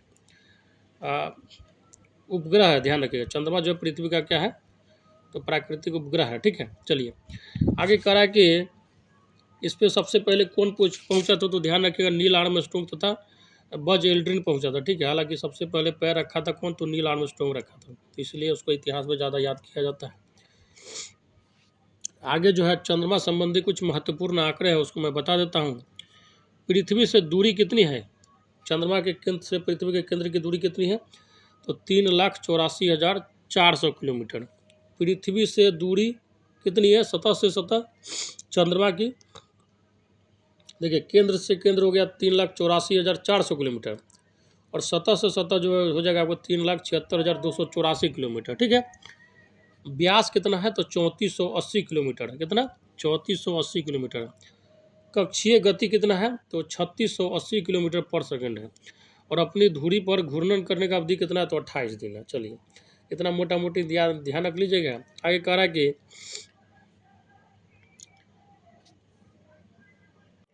सौरमंडल में क्या होता है, ग्रह के बारे में पढ़ लिए, उपग्रह के बारे में पढ़ लिए। अब जो है थोड़ा बहुत जो आपको क्षुद्र ग्रह, ठीक है, उल्का पिंड और धूमकेतु के बारे में भी मोटा मोटी आपको आइडिया दे देता हूँ, ध्यान रखिएगा, सुन लीजिए, क्योंकि एग्जाम का समय है तो मैं इसलिए थोड़ा बहुत बोल दे रहा हूँ अच्छे से।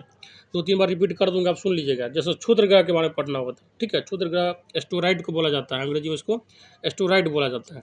देखिए होता क्या है कि मंगल तथा बृहस्पति ग्रह की कक्षाओं के बीच में, ध्यान रखिएगा, मंगल के बाद जो है बृहस्पति, ठीक है, मंगल और बृहस्पति की कक्षाओं के बीच में जो है कुछ छोटे छोटे आकाशीय पिंड होते हैं जो सूर्य की परिक्रमा कर रहे हैं, उसे क्या बोलते हैं, क्षुद्र ग्रह बोलते हैं। क्या बोलते हैं, क्षुद्र ग्रह बोलते हैं। क्यों, क्या बोलते हैं, क्षुद्र ग्रह। बहुत पूछा जाता है कि क्षुद्र ग्रह जो है किसकी किसकी जो है कक्षा के बीच में चक्कर लगाता है, तो ये जगह मंगल तथा बृहस्पति ग्रह की कक्षा के बीच, ठीक है। आगे जो आपको ध्यान क्या रखना है इसमें, तो मेन जो ध्यान रखना है इसमें एक बात है कि भौर बेस्टा एकमात्र क्षुद्र ग्रह जिसे नंगी आंखों से देखा जा सकता है।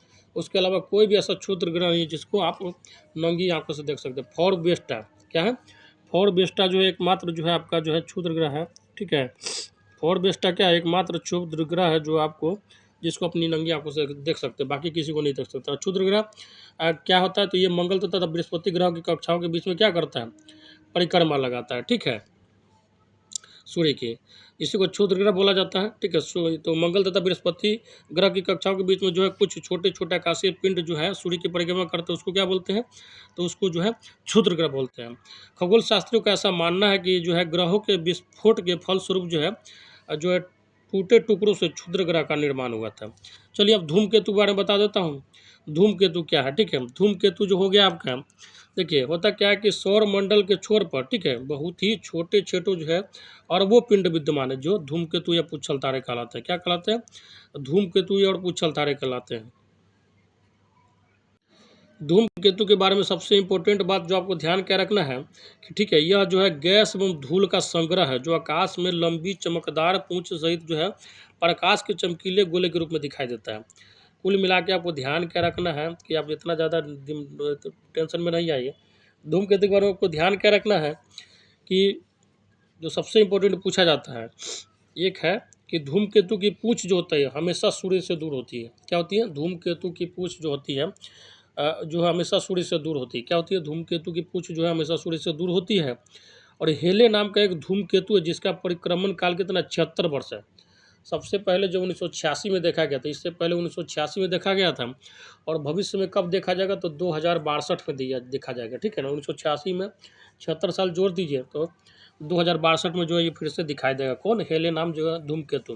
धूमकेतु को अंग्रेजी में क्या बोलते हैं, कॉमेट बोलते हैं, ठीक है, ध्यान रखिएगा। चलिए अब जो है मैं आपको थोड़ा उल्का पिंड के बारे में बता देता हूँ। ये सब चीज़ आप डाटा ध्यान नहीं रखना, बस आपको एकमात्र हेली जो है धूमकेतु का जो है ध्यान रखना है, कक्षा का जो है काल ध्यान रखना है, कितना साल के बाद जो है ये दिखाई देता है, ठीक है ना।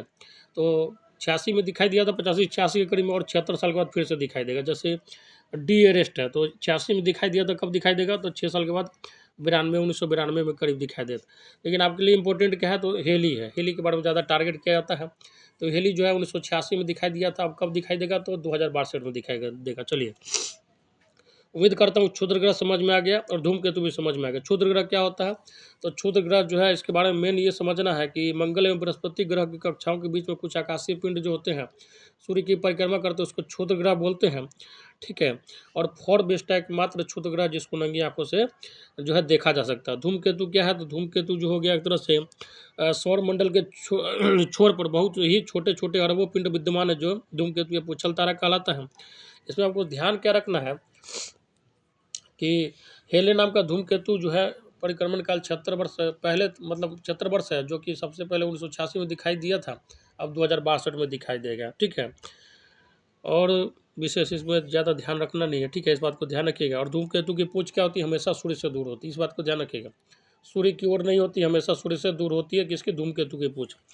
अब है जो उल्का पिंड के बारे में, तो उल्का पिंड के बारे में थोड़ा बहुत बता देता हूँ कि उल्काएँ जो होती है प्रकाश की चमकीली धारा के रूप में देखते हैं, ठीक है। उल्का जो होता है वो क्या होता है, प्रकाश की चमकीली धारा के रूप में दिखाई देती है जो आकाश में क्षण भर के लिए दमकती है और लुप्त हो जाती है। ये बोलता है उल्का टाइप को देखिएगा, कुछ देर के लिए चमकेगा फिर चला जाएगा, तो उसी को उल्का पिंड बोला जाता है। ये इतना इसके बारे में पूछा नहीं जाता है, बस ध्यान रखिए। अब जो इम्पोर्टेंट बात मैं आपको बताने जा रहा हूँ दोस्तों, ध्यान रखिएगा। पृथ्वी की जो मुख्य परतें हैं, ठीक है, मुख्य परतें जो हो गया आपका, ठीक है, पृथ्वी की मुख्य परतें आपको जो है इस तरीके से क्रस्ट है। सबसे पहले आपका क्रस्ट आएगा भूप्रपट्टी में, ठीक है, भूप्रपट्टी से कुछ जो है 8 से 40 किलोमीटर नीचे तक जाइएगा तो क्या आ जाएगा, आपका क्रस्ट आ जाएगा, ठीक है। उसके बाद क्या आ जाता है, आपका आवरण, ठीक है। औसतन जो है 2895 किलोमीटर मोटी है, ठीक है। जाइएगा नीचे 8 से 40 किलोमीटर तक क्या आएगा, क्रस्ट आएगा। फिर उससे नीचे 2895 किलोमीटर तक क्या आ जाएगा, आवरण आ जाएगा, ठीक है। उसके बाद जो है कोर आता है। कोर में जो है बाहरी कोर जो है, जिस जो है इसका जो हो जाएगा 2100 किलोमीटर के करीब त्रिज्या होता है। और भीतरी कोर का जो है ठोस द्रव्य होता है, और इसका 1255 जो है किलोमीटर त्रिज्या होता है। क्रस्ट मेंटल कोर होता है, मेंटल को आवरण बोला जाता है। सबसे पृथ्वी से नीचे जाएगा तो क्या होगा, 8 से 40 किलोमीटर तक क्रस्ट आएगा। उसके बाद मेंटल आएगा, और सबसे नीचे जो है कोर आ जाएगा। कोर में भी बाहरी कोर आएगा, फिर भीतरी कोर आएगा। तो वही उसके बारे में दिया गया, औसतन मोटाई दिया गया, उसको ध्यान रखिएगा। तो आपको इस हिसाब से ध्यान क्या रह रहा है कि मेनली जो है किसका आवरण है, तो आवरण मतलब मेनली जो किसका जो मोटाई है, तो आवरण का, उसको मेंटल बोला जाता है। चलिए, अब पृथ्वी पे आपको ध्यान क्या रखना है, 4 मंडल है। क्या है, 4 मंडल है, स्थल मंडल, जल मंडल, वायुमंडल और जैव मंडल। देखिए, स्थल मंडल जो है आपका पृथ्वी की ऊपरी परत, जिसमें जो है भूतल एवं सागरीय सतह शामिल है, क्या कहलाता है, स्थल मंडल कहलाता है, ठीक है। और जल मंडल में आ गया आपका जल से भरी सतह, जिसमें महासागर, समुद्र, नदियाँ एवं झीलें शामिल है। समझ में आ गया, जहाँ जहाँ जल है, जैसे आपका महासागर में जल होता है, समुद्र में होता है, नदियाँ होता है, झीलें होता है, ये सब क्या हो गया, जल मंडल में आ गया। वायुमंडल में आपका वायु के आवरण जो पृथ्वी की सतह को ढक कर रखता है, ठीक है। आगे जैव मंडल में क्या हो गया, वह भाग जहाँ जीव जंतु एवं पौधे रहते हैं, उसको जैव मंडल बोला जाता है, ठीक है। तो ये जैव मंडल कहलाता है। तो आपको ध्यान रखना क्या है, 4 मंडल है, स्थल मंडल, जल मंडल, वायुमंडल, जैव मंडल। बस इसको मोटा मोटी समझ है, इसको रटने का नहीं चीज़ है सब चीज़, कि आपको पता होना चाहिए। जैसे पृथ्वी की भूप्रपट्टी कितने सतह में बटी हुई है, तो 3 में। क्रस्ट, मेंटल, कोर, ठीक है ना।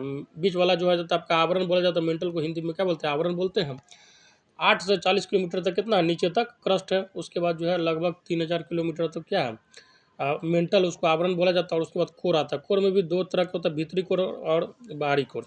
उसका मैं आपको PDF दे दूंगा, आप उसको ध्यान रख लीजिएगा, डाटा को मैं आपको समझा दे रहा हूँ मोटा मोटी। चलिए, देखिए, पृथ्वी के बारे में कुछ महत्वपूर्ण डाटा है, इसको ध्यान रखिएगा।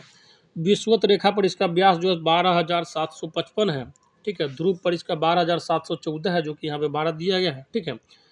और इसका औसत व्यास जो है 12,734 है। मतलब त्रिज्या कितना हो गया, लगभग 6300 के करीब है। मोटा मोटी जो है आप कैलकुलेशन कीजिए, ग्रेविटेशन चैप्टर पढ़ना होता है 12 में, ठीक है। जब इंजीनियरिंग वगैरह की तैयारी कीजिएगा तो उसमें जो 6400 किलोमीटर जो है कैलकुलेशन के लिए जो है रेडियस लिया जाता है पृथ्वी का, कितना, 6400 किलोमीटर। इस बात को ध्यान रखिएगा, मीटर नहीं कर दीजिएगा बाबू, बहुत भारी मिस्टेक हो जाएगा, ठीक है ना।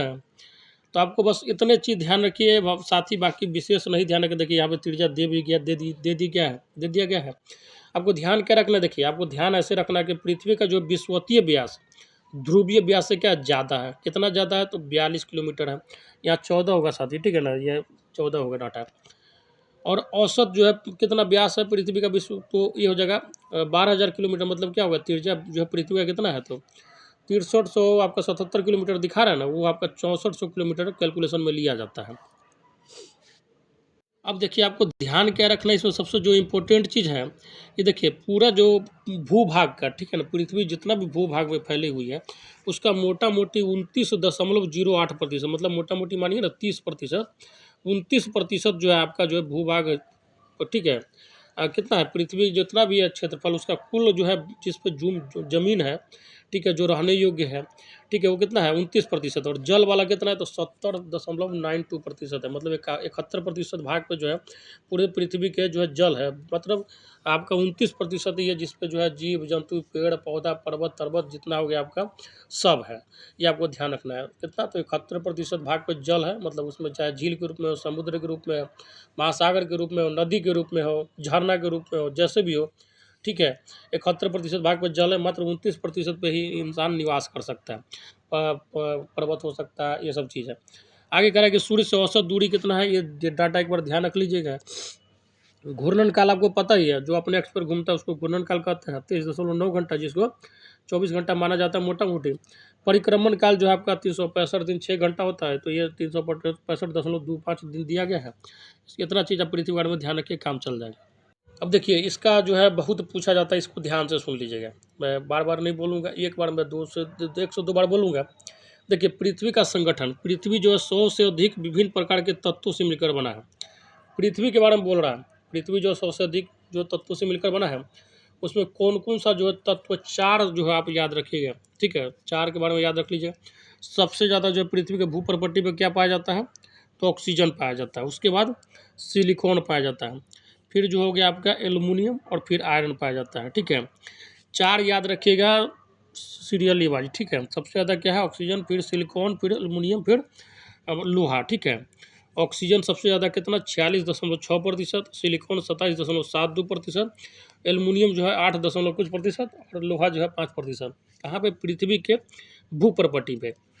हालांकि इसके बाद भी कैल्शियम भी है 3%, 3.5%, पोटेशियम भी है, सोडियम भी है, मैग्नीशियम भी, लेकिन उतना टारगेट नहीं किया जाता है। आपको ये टारगेट किया जाएगा जो पृथ्वी पर पाए जाने वाले, मतलब पृथ्वी के संगठन में जो 4 महत्वपूर्ण तत्वों के बारे में नाम बताइए, तो सबसे ज़्यादा में ऑक्सीजन आएगा, फिर सिलिकॉन आ जाएगा, फिर एल्युमिनियम आ जाएगा, और फिर लोहा आ जाएगा। इतना ध्यान रखिएगा। इसका आपको ये नहीं है तो याद करने का ट्रिक याद रख लीजिए, ऑक्सी एला होता है, ठीक है, ऑक्सी एलो होता है, ठीक है ना, ऑक्सी एलो होता है। और मतलब ऑक्सीजन, सी मतलब सिलिकॉन, ए मतलब एल्युमिनियम, लो मतलब लोहा। तो ऑक्सी येलो के नाम से आप ट्रिक बना के याद रख लीजिए, जैसे आपको याद रखें, बस इसको याद रख लीजिएगा, क्या कि पूछा बहुत जाता है। ध्यान रखिएगा, पृथ्वी के भूप्रपट्टी में सबसे ज़्यादा ऑक्सीजन है, यहाँ पे दिख रहा है आपको, लेकिन वही वातावरण में पूछा जाए, वायुमंडल में पूछा जाए तो ऑक्सीजन दूसरे नंबर पर आता है, पहले नंबर पर नाइट्रोजन हो जाएगा। इस बात को ध्यान रखिएगा, बहुत मिस्टेक करते हैं। चलिए देखिए, पृथ्वी का घूर्णन गति आपको बता ही चुका हूँ कितना होता है। पृथ्वी का घूर्णन गति कितना होता है, 24 घंटे का होता है, ठीक है। मतलब 24 घंटे पे अपने अक्ष पे घूम जाती है। आपको ध्यान क्या रखना है, जो सबसे इम्पोर्टेंट बात है, देखिए आपको सबसे इम्पोर्टेंट जो आपको पूछा जाएगा एग्जाम में, जो बहुत पूछा जाता है, ध्यान रखिएगा। सबसे लंबा दिन जो होता है उत्तरी गोलार्ध, देखिए उत्तरी गोलार्ध डाटा दिया गया, दक्षिणी गोलार्ध दिया गया, ठीक है। उत्तरी गोलार्ध में सबसे लंबा दिन 21 जून को, सबसे छोटा दिन 21 दिसंबर को, ठीक है। और दक्षिणी गोलार्ध में जो सबसे लंबा दिन 22 दिसंबर को, मतलब ठंडी में दक्षिणी गोलार्ध में सबसे बड़ा दिन होता है, और सबसे छोटा दिन 21 जून को होता है। इसको ऐसे भी तिरछा करके याद रखिएगा। 21 जून जो आपका है उत्तरी गोलार्ध का जो सबसे लंबा दिन है, वही दिन जो है आपका दक्षिणी गोलार्ध का सबसे छोटा दिन है। और 21 दिसंबर जो आपका जो है उत्तरी गोलार्ध का, उत्तरी गोलार्ध में मतलब ठंडी में सबसे छोटा दिन होता है, गर्मी में सबसे बड़ा दिन होता है। दक्षिणी गोलार्ध में चले जाए तो उल्टा हो जाता है, ठीक है। 21 दिसंबर की जगह 22 दिसंबर खाली याद रखिएगा, काम चल जाएगा आपका, ठीक है। इतना से देखिए 2 इंपॉर्टेंट पॉइंट है, इसको ध्यान से रख लीजिएगा याद, चंद्र ग्रहण और सूर्य ग्रहण के बारे में। देखिए चंद्र ग्रहण में क्या होता है, जब पृथ्वी चंद्रमा तथा सूर्य के बीच में आ जाती है तो क्या होता है, चंद्र ग्रहण होती है। बस इतना कंडीशन आप याद रख लीजिएगा, तो आपका जो है क्वेश्चन काम चल जाएगा। क्या होता है, पृथ्वी जो है चंद्रमा और सूर्य के बीच में आ जाती है तो क्या होता है, चंद्र ग्रहण लगता है, ठीक है।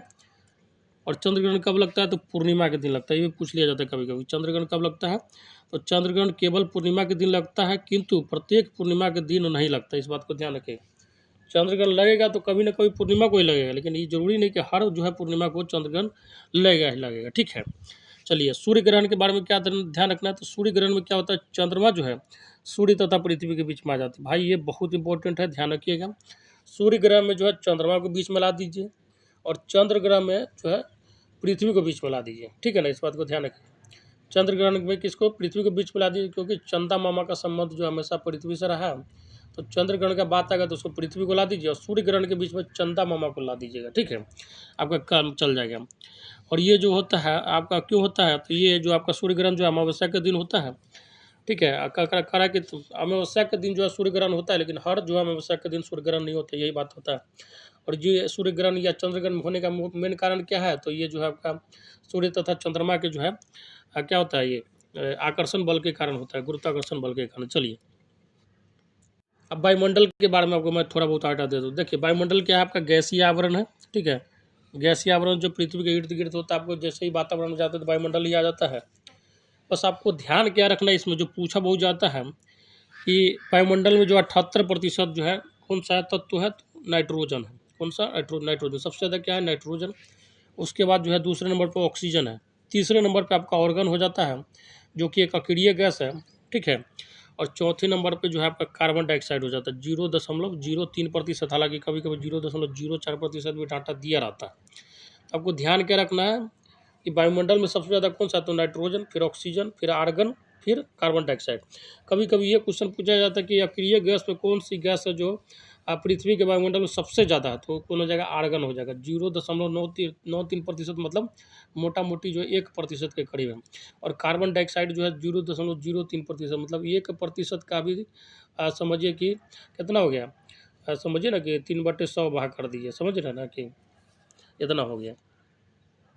अब जो है आपको वायुमंडल के परतों के बारे में बता दे रहा हूँ। देखिए मोटा मोटी जो आपको 4 परत के बारे में आपका काम चल जाएगा। क्षोभ मंडल, पृथ्वी से ऊपर जाइए 15 किलोमीटर की ऊंचाई पर, ठीक है, मोटा मोटी। हालांकि ध्रुव पे इसका अलग रहता है, पोल पे आती है, उस पर इक्वेटर पे अलग रहता है। तो क्षोभ मंडल जो आपका मोटा मोटी पृथ्वी से उठिए 15 किलोमीटर तक ऊंचा जाएगा तो क्षोभ मंडल आ जाएगा, ठीक है, वायुमंडल में। इस पर ध्यान क्या रखना है कि जितना भी मौसम संबंधी घटना होता है, जैसे बारिश होना, ओला गिरना, ठीक है, उसके बाद ठंडी हवा बहना, गर्म हवा बहना, बादल का फटना, जितना भी चीज़ होगा मौसम संबंधी घटना जो होगा कहाँ होगा, तो क्षोभ मंडल में होगा। इस बात को ध्यान रखिएगा। हालांकि इसका हाइट वगैरह मोटा मोटी ध्यान रखिएगा, 15 किलोमीटर के करीब है, 18 किलोमीटर तक रहता है, ठीक है ना, 8 से 18 किलोमीटर की रेंज। सम तापमंडल जो है आपका 15 किलोमीटर से 50 किलोमीटर तक के बीच में फैला हुआ है वायुमंडल में। और ध्यान क्या रखना, सबसे ज़्यादा समताप मंडल में कि इसी मंडल में क्या होता है, वायुयान उड़ता है अपना, ठीक है, 15 किलोमीटर से ऊपर आता है वायुयान, जो आपको देखने में लगता है इतना छोटा, ठीक है ना, 15 किलोमीटर से ऊपर के रेंज में चला जाता है, ठीक है, और 50 किलोमीटर के बीच में रहता है वायुयान। और जो है आपका ओजोन परत जो है, जो ओजोन परत आप लोग को जो है स्किन कैंसर से बचा रहा है, पराबैंगनी किरण को सोख कर, ठीक है। तो ओजोन परत भी कहाँ है, तो समताप मंडल में ही है, ठीक है, ध्यान रखिएगा। आगे कह रहा है मध्यमंडल। मध्यमंडल के बारे में जो बस आप इतना ध्यान रखिए 50 से 90 किलोमीटर के रेंज में फैला हुआ है ऊपर में, ठीक है। हालांकि मध्यमंडल में कुछ विशेष प्रक्रिया नहीं होता, इसलिए बस आपको बस इसका हाइट का ही ध्यान रखिए, मोटा मोटी काम चल जाएगा। अब आयन मंडल में आइए। आयन मंडल जो है आपका, ठीक है ना, आयन मंडल जो 80 से 400 किलोमीटर के बीच में फैला हुआ है। और इसमें सबसे इम्पोर्टेंट बात ये ध्यान रखना है कि जितना सिग्नलिंग काम होता है ना कम्युनिकेशन का, सबसे पहले सैटेलाइट सिग्नल देगा तो कहाँ पे, तो आयन मंडल में आएगा। कहाँ पे आएगा, आयन मंडल में आएगा, फिर जो है इंडिया पृथ्वी पे आएगा। तो आपको ध्यान क्या रखना है, सबसे जो कम्युनिकेशन वगैरह का सिग्नलिंग वगैरह जो मेन किस मंडल में होता है, तो आयन मंडल में होता है। इसको आयनोस्फीयर बोलता है अंग्रेजी में, ठीक है। तो ध्यान रखिएगा, इतना से आपको काम चल जाएगा, ठीक है। सबसे नीचे क्षोभ मंडल, फिर समताप मंडल, फिर उसके ऊपर मध्य मंडल, फिर आयन मंडल। क्षोभ मंडल में सारा मौसम संबंधी घटना होता है। समताप मंडल में जो आपका वायुयान उड़ता है और ओजोन परत है। और आयन मंडल में जो है जितना भी कम्युनिकेशन संबंधित काम होता है, तो आयन मंडल में सबसे पहले सिग्नल आता है। अब जो है स्थल मंडल के बारे में बता दो। देखिए मैं आपको बताया था वहाँ पे कितने मंडल थे, तो स्थल मंडल, जल मंडल, वायुमंडल और जैव मंडल। उसमें स्थल मंडल के बारे में थोड़ा अध्ययन कर लेते हैं। देखिए स्थल मंडल के बारे में जो डिफिनीशन पे उतना जाऊंगा नहीं। स्थल मंडल कह रहा है पृथ्वी के सर्वोच्च प्रपट्टी है, ठीक है, महाद्वीप तथा महासागर इसके ऊपर स्थित है। बस इसमें आपको ध्यान क्या रखना है कि चट्टानों के बारे में थोड़ा बहुत मैं बता देता हूँ। देखिए भूपटल खनिज सामग्री से बनता है जिसे चट्टान कहते हैं, ठीक है। चट्टान के बारे में सबको पता होगा। रॉक के बारे में इसको 3 श्रेणी में बांटा गया, आग्नेय चट्टान, अपसादी चट्टान, और क्या हो जाता है आपका रूपांतरित चट्टान होता है, ठीक है, रूपांतरित चट्टान, ठीक है, या इसी को कायांतरित चट्टान भी बोलते हैं। आग्नेय चट्टान में आपका जो है ग्रेनाइट का एग्जाम्पल याद रखिएगा, ठीक है, ग्रेनाइट, ठीक है, ग्रेनाइट हो गया, बहुत पूछा जाता है इसका। आग्नेय चट्टान का जो है एग्जाम्पल है। और ये जो है मैग्मा तथा लावा के पृथ्वी के जस्ट नीचे जो है एक कभी न कभी जो मैग्मा के जो है उद्गार से हुआ था, ठीक है। और हालांकि बहुत करोड़ वर्ष जो है फिर से धीरे धीरे ठंडा होने के कारण जो है ये बना था आग्नेय चट्टान। अपसादी चट्टान जो है प्रेशर उरेशर देने के बाद जो है अपसादी चट्टान बनता है। इसका आप ध्यान रखिएगा, सैंडस्टोन वगैरह सब जो होता है अपसादी चट्टान होता है, ठीक है, लाइमस्टोन, सैंडस्टोन ये सब जो है। आगे रूपांतरित चट्टान में आपका क्वार्ट्ज आ जाता है, ठीक है। क्वार्ट्ज आपका एग्जाम्पल हो जाएगा जो वह क्वार्ट्ज होगा, ठीक है, क्वार्ट्ज हो गया, नीस हो गया, ये सब क्या है, तो रूपांतरित चट्टान का एग्जाम्पल है। आप लूसेंट में जो दिया होगा एक डाटा बना के, ये तीनों का आप थोड़ा बहुत देख लीजिएगा, ठीक है। और रूपांतरित चट्टान जो होता है आपका आग्नेय तथा अपसादी दोनों चट्टान से कन्वर्ट होकर बनता है, बहुत ज़्यादा हाई प्रेशर और टेम्परेचर पर ध्यान रखिएगा इस बात का। अब क्या ध्यान रखना है कि देखिए पृथ्वी का जितना भी भूभाग जिस पर जल नहीं है वो क्या है, तो भूभाग है, उसको जो है 7 महाद्वीप में बांटा गया। कितने, तो 7 महाद्वीप में। सबसे बड़ा जो महाद्वीप कौन सा, तो एशिया है अपना, ठीक है, जिसमें हम लोग निवास करते हैं। भारत हो गया, चाइना हो गया, पाकिस्तान हो गया, बांग्लादेश हो गया, श्रीलंका, सब क्या है, एशिया महादेश में है। इसको महाद्वीप भी बोला जाता है। सबसे छोटा कौन सा है, तो इसमें ऑस्ट्रेलिया है। कौन सा सबसे छोटा जो है, ऑस्ट्रेलिया महादेश है, ठीक है, महाद्वीप है। द्वीप समूह महाद्वीप जो है आपका अंटार्कटिका तथा ऑस्ट्रेलिया है, ठीक है। अब चलिए इसका डाटा जो है यहाँ पे दिया गया, मैं आपको मोटा मोटी पढ़ के समझा देता हूँ, इससे आइडिया लग जाएगा। देखिए, इससे मैं आपको यहाँ पे देखिए डाटा दिखा देता हूँ। देखिए, एशिया जो है, इसका क्षेत्रफल आपको याद नहीं रखना, बस इतना ध्यान रखना कि 29.29% जो पूरे विश्व का जितना भी भूभाग है उस पे एशिया है, 20% पे आपका अफ्रीका है, ठीक है। ठीक है, ध्यान रखिएगा। और पूरे विश्व का जो 29% जो क्षेत्रफल रखे हुआ है एशिया, उसमें जो है 58.6% जो है जनसंख्या है पूरे विश्व का, ठीक है। और उसके बाद अफ्रीका के पास कितना 20% क्षेत्रफल, जिसमें 12.5% जनसंख्या है। तो मोटा मोटी जो है एशिया और अफ्रीका का वर्चस्व क्षेत्रफल के हिसाब से भी, जनसंख्या के हिसाब से। उत्तरी अमेरिका जो है 16.5% जो है आपका क्षेत्रफल रखे हुआ है, लेकिन जनसंख्या उसके पास 8.2% है। दक्षिण अमेरिका हो गया, इतना हो गया 5.4। तो आपको ये डाटा इतना याद नहीं रखना, आपको बस ध्यान ये रखना है कि सबसे ज़्यादा क्षेत्रफल किसका है, तो एशिया का। सबसे ज़्यादा जनसंख्या कौन रखे हुआ है, तो एशिया रखे हुआ है।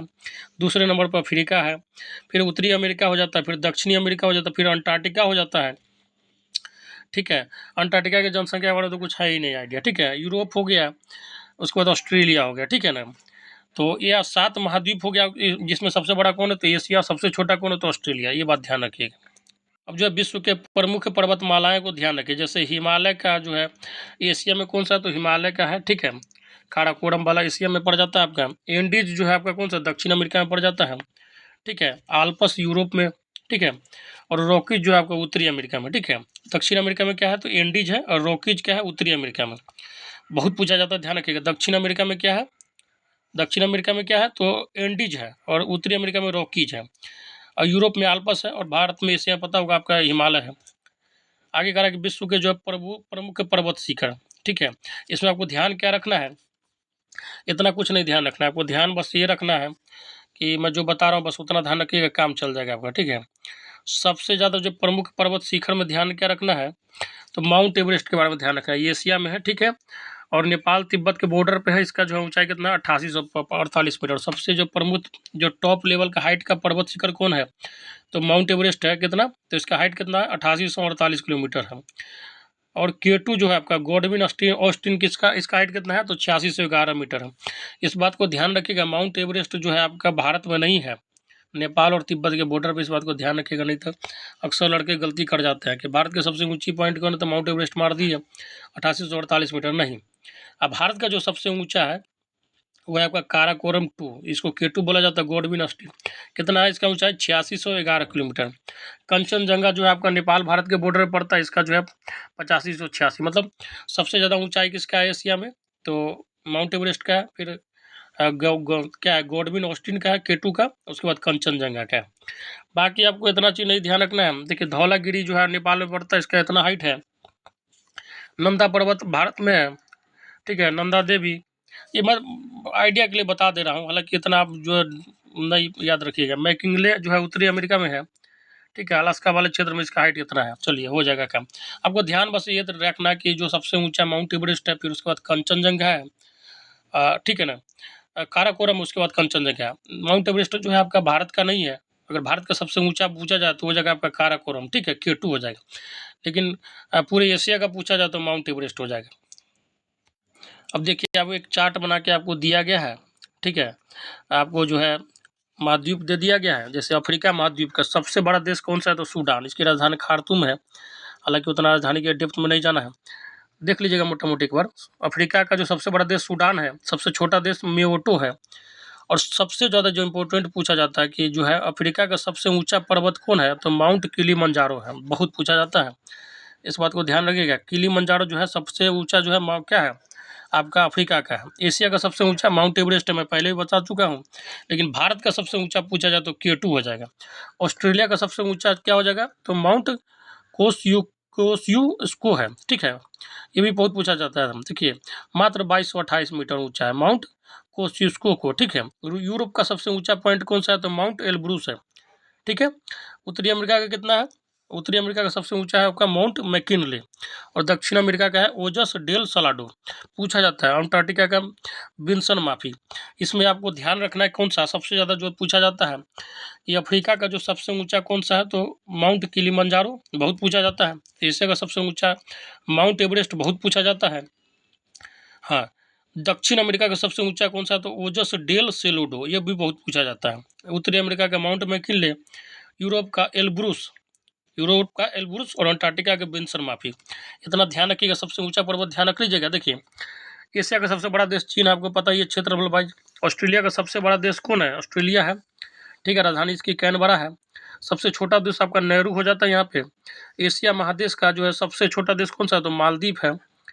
यूरोप का सबसे बड़ा देश कौन सा है, रूस है, लेकिन सबसे छोटा देश कौन सा है, वेटिकन सिटी है।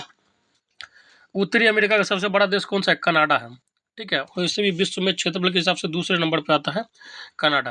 और इसका सबसे छोटा देश कौन सा है, तो सेंट पीरे है। और दक्षिण अमेरिका का सबसे बड़ा देश कौन है, ब्राज़ील है, और सबसे छोटा देश का है फॉकलैंड है।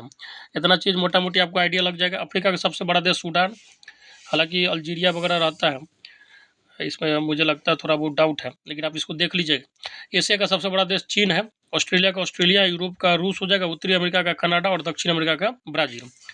और उसका सबका ऊंचा जो है पर्वत ध्यान रख लीजिएगा किसका कौन सा, अफ्रीका का किलिमंजारो है, एशिया का जो है माउंट एवरेस्ट है, ऑस्ट्रेलिया का माउंट कोसिस्को है, यूरोप का जो है एल्ब्रुस है, उत्तरी अमेरिका का मैकिनले, और दक्षिण अमेरिका का ओजस डेल सलेडो है। ध्यान रखिएगा। विश्व के प्रमुख द्वीप समूह में बस ये दो नाम ध्यान रखिएगा, एक जो है ग्रीनलैंड के बारे में, और एक जो है आपका सुमात्रा के बारे में, जो आपको पूछा जाएगा एग्जाम में, ठीक है। ग्रीनलैंड जो है आपका उत्तरी अटलांटिक महासागर में, इसका क्षेत्रफल देख लीजिएगा, ठीक है, 75,000 लाख 10 लाख, हाँ 21,75,000, ठीक है, किलोमीटर। और सुमात्रा जो आपका उत्तरी हिंद महासागर इंडोनेशिया में पाया जाता है, इसका जो है इतना क्षेत्रफल। बाकी नहीं पूछा जाएगा, उतना ज़्यादा आप दिमाग में नहीं खपाइए इसको, जो पूछा जाएगा मैं आपको बता दूंगा। अब जो है विश्व के प्रमुख महासागर के बारे में पढ़ लीजिए। देखिए, सबसे ज़्यादा जो बड़ा महासागर है प्रशांत महासागर है। कितने प्रतिशत क्षेत्रफल पर, जितना भी 71% भाग में जो आपका पानी है, उसका समुद्री क्षेत्र में जो जितना भी है उसमें प्रतिशत में 45.7% जो यही कंट्रोल किए हुआ है, ठीक है। सबसे गहरा पॉइंट पूछा जाता है इसका, बहुत ध्यान रखिएगा। प्रशांत महासागर का जो सबसे गहरा पॉइंट है 11,033 मीटर गहरा है, उसको बोला जाता है मेरियाना गर्त, ठीक है, बहुत पूछा जाता है। अटलांटिक महासागर का आपको देख लीजिए क्षेत्रफल, मोटा मोटी ध्यान रखना चाहिए, प्रशांत महासागर का मोटा मोटी आधा है, ठीक है। तो और इसका ये जो 22.5% में है, ये सब चीज़ आपको ध्यान नहीं रखना है, बस आप ये ध्यान रख लीजिएगा कि सबसे बड़ा कौन सा प्रशांत महासागर है विश्व के प्रमुख महासागर में, और उसका जो सबसे गहराई पॉइंट क्या है 11,033 मीटर, जिसको मेरियाना गर्त बोला जाता है। देखिए, विश्व के कुछ प्राकृतिक झीलों के बारे में पढ़ना है, मैं आपको आइडिया दे देता हूँ कौन सा झील कहाँ पे। जैसे कैस्पियन सागर है, ठीक है, कैस्पियन सागर जो है आपका तजाकिस्तान, मतलब अफ्रीका के तजाकिस्तान वाले एरिया में है, सॉरी एशिया में ही आता है। कजाकिस्तान जो है आपका ईरान से सटा हुआ है, ठीक है। तो इस सब एरिया में क्या पाया जाता है, कैस्पियन सागर पाया जाता है, ठीक है। सुपीरियर झील जो आपका अमेरिका और कनाडा के बॉर्डर पर पाया जाता है, इसका पानी जो बहुत ही मीठा होता है। विक्टोरिया झील जो है आपका युगांडा, तंजानिया तथा कीनिया, मतलब अफ्रीका के बॉर्डर पे है, ठीक है, अफ्रीका के देश के युगांडा, तंजानिया तथा कीनिया के बॉर्डर पे आता है। अरल जो है कजाकिस्तान तथा उज्बेकिस्तान में है, ठीक है। ह्यूरो जो है आपका अमेरिका कनाडा में, देखिए ह्यूरो हो गया, सुपीरियर हो गया, एंटोरियो हो गया, ईरी है, मिशिगन हो गया। 5 झील जो है आपका जो है अमेरिका कनाडा के बॉर्डर पे है मोटा मोटी। बैकाल झील ध्यान रखिएगा, विश्व की सबसे गहरी झील जो है बैकाल झील रूस में पाई जाती है, ठीक है। ग्रेट बैरियर आपका कनाडा में पाया जाता है। ध्यान क्या रखना, कैस्पियन सागर जो सबसे बड़ा झील है, ठीक है। देखिए इसका कितना क्षेत्रफल इतना दिया गया, आपको आइडिया लगा सकते हैं क्षेत्रफल से, ठीक है। इसका लंबाई कितना दे दिया गया है। उसके बाद जो सुपीरियर झील जो है आपका दूसरे नंबर पे सबसे बड़ा झील है, ठीक है, अमेरिका कनाडा के बॉर्डर पे, और इसका पानी बहुत मीठा है। विक्टोरिया झील जो आपका युगांडा, तंजानिया तथा कीनिया के बॉर्डर पे है, और यहीं से आपका नील नदी जो निकलता है, ध्यान रखिएगा विक्टोरिया झील से। यूरो अमेरिका कनाडा के बॉर्डर पे है, इसमें सबसे ध्यान रखिएगा जो सबसे गहरी है, देख लीजिए सबसे गहरी जो विश्व में कौन सी झील है, तो ये बोला जाता है आपको बैकाल झील को बोला जाता है। अब जो है विश्व की प्रमुख नौका परिवहन नहरें के बारे में देखिए, जैसे इसमें आपको 2-3 ध्यान रखना, ज़्यादा नहीं। सुएज नहर जो आपका मिस्र में पाया जाता है, ठीक है, लंबाई इसका 169 किलोमीटर है। कील जो नहर है वो जर्मनी में पाया जाता है। आपका 98 किलोमीटर जो है इसका जो है क्या है लंबाई है। देखिए सुएज नहर के बारे में पूछा क्या जाता है कि सुएज नहर किसको किसको जोड़ती है, तो भूमध्य सागर को जो है लाल सागर से जोड़ती है, बहुत इंपॉर्टेंट है। मैनचेस्टर आपका इंग्लैंड में हो जाएगा, एक जगह भी है, 57 किलोमीटर क्या इसका लंबाई है। इसके बाद आपको ध्यान रखना पनामा नहर जो है आपका मध्य अमेरिका में पड़ता है, 58 किलोमीटर इसका लंबाई। बस इतना ध्यान रखिएगा, काम चल जाएगा।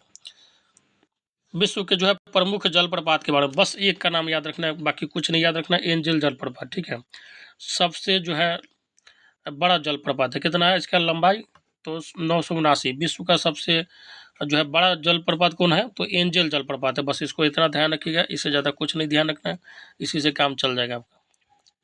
देखिए विश्व की जो प्रमुख नदियाँ उसके बारे में डिटेल बता देता हूँ, कहाँ से निकलती है और कहाँ पे वो गिरती है। जैसे ज़्यादा नहीं आपको डिटेल में जाना। नील नदी जो है विश्व की सबसे लंबी नदी है, 6690 जो है इसका लंबाई है, क्या किलोमीटर में, किलोमीटर नहीं दिया गया। कहाँ से निकलती है, तो अफ्रीका मिस्र के से निकलती है, ठीक है, मतलब स्थान है उसका। स्रोत क्या है, विक्टोरिया झील से मैं बताया था, और गिरती कहाँ पे है, तो भूमध्य सागर में। अमेजन जो है विश्व की सबसे चौड़ी नदी है, बहाव के दृष्टिकोण से दक्षिण अमेरिका जो ब्राजील इसका स्थान है। लंबाई इसका इतना है, मोटा मोटा ध्यान रखिएगा। तो दूसरे नंबर पर सबसे बड़ी नदी है विश्व की जो है अमेजन है। पेरू में एडिस से निकलती है और अटलांटिक महासागर में गिरती है, ठीक है। मिसिसिपी जो है मिसौरी नदी उत्तरी अमेरिका और ये अमेरिका वाले क्षेत्र में है। इसका लंबाई देख लीजिए, और ये निकलती यहाँ से रेड रॉक से और गिरती मैक्सिको की खाड़ी में है। चलिए आगे जो है आपका एशिया की सबसे बड़ी नदी जो पूछा जाता है बहुत ज़्यादा, ठीक है, ये हो गया यांगतीजी की क्यांग, ठीक है, एशिया चीन, ठीक है। लंबाई इसका इतना है, तिब्बत पठार से निकलती है और गिरती कहाँ है, तो चीन सागर में गिरती है, ठीक है। आगे कह रहा है कि हांगहो नदी देख लीजिएगा, एशिया चीन की है, चीन की नदी है हांगहो, और इसकी लंबाई कितनी है, तिब्बत से निकलती है प्रशांत महासागर में गिरती है। बाकी ये सब इंपॉर्टेंट है नहीं आपके लिए। कांगो नदी है, कांगो नदी ध्यान रखिएगा अफ्रीका वाले क्षेत्र में है, निकलती कहाँ, इससे निकलती है और गिरती है अटलांटिक महासागर में। आगे जो है आपका मर्रे नदी, मर्रे नदी के बारे में थोड़ा देख लीजिए। मर्रे नदी जो आपका ऑस्ट्रिया, सॉरी मुर्रे दे दिया गया, ठीक है, मुर्रे है, ऑस्ट्रिया अल्प से निकलती है और हिंद महासागर में गिरती है। वोल्गा जो है आपका एशिया रूस और यूरोप तीनों जगह में स्थित है, ठीक है, ये नदी। और ये जो है बलादिया पठार से निकलती है, कैस्पियन सागर में गिरती है। सिंधु के बारे में आपको मोटा मोटी आइडिया है, लेकिन फिर वो दे देता हूँ। सिंधु जो आपका एशिया भारत और पाकिस्तान तीनों देश में, ठीक है, एशिया में मतलब भारत पाकिस्तान में है। कैलाश पर्वत से निकलती है और अरब सागर में गिरती है, सिंधु पर्वत, ठीक है ना, सिंधु नदी। ब्रह्मपुत्रा जो है आपका एशिया में भारत से निकलती है, मतलब एशिया भारत इसका स्थान है, निकलती कहाँ से, तिब्बत से, और गिरती कहाँ, बंगाल की खाड़ी में। डेन्यूब जो है आपका, डेन्यूब जो है आपके यूरोप के ऑस्ट्रिया, हंगरी, चेक गणराज्य, स्लोवाकिया तथा यूगोस्लाविया जो है देश में से होकर बहती है। जर्मनी में बादेन के पास निकलती है और काला सागर में गिरती है। बस इतना ध्यान रख लीजिएगा, मोटा मोटी मोस्ट इंपोर्टेंट जो है आपका नदी है।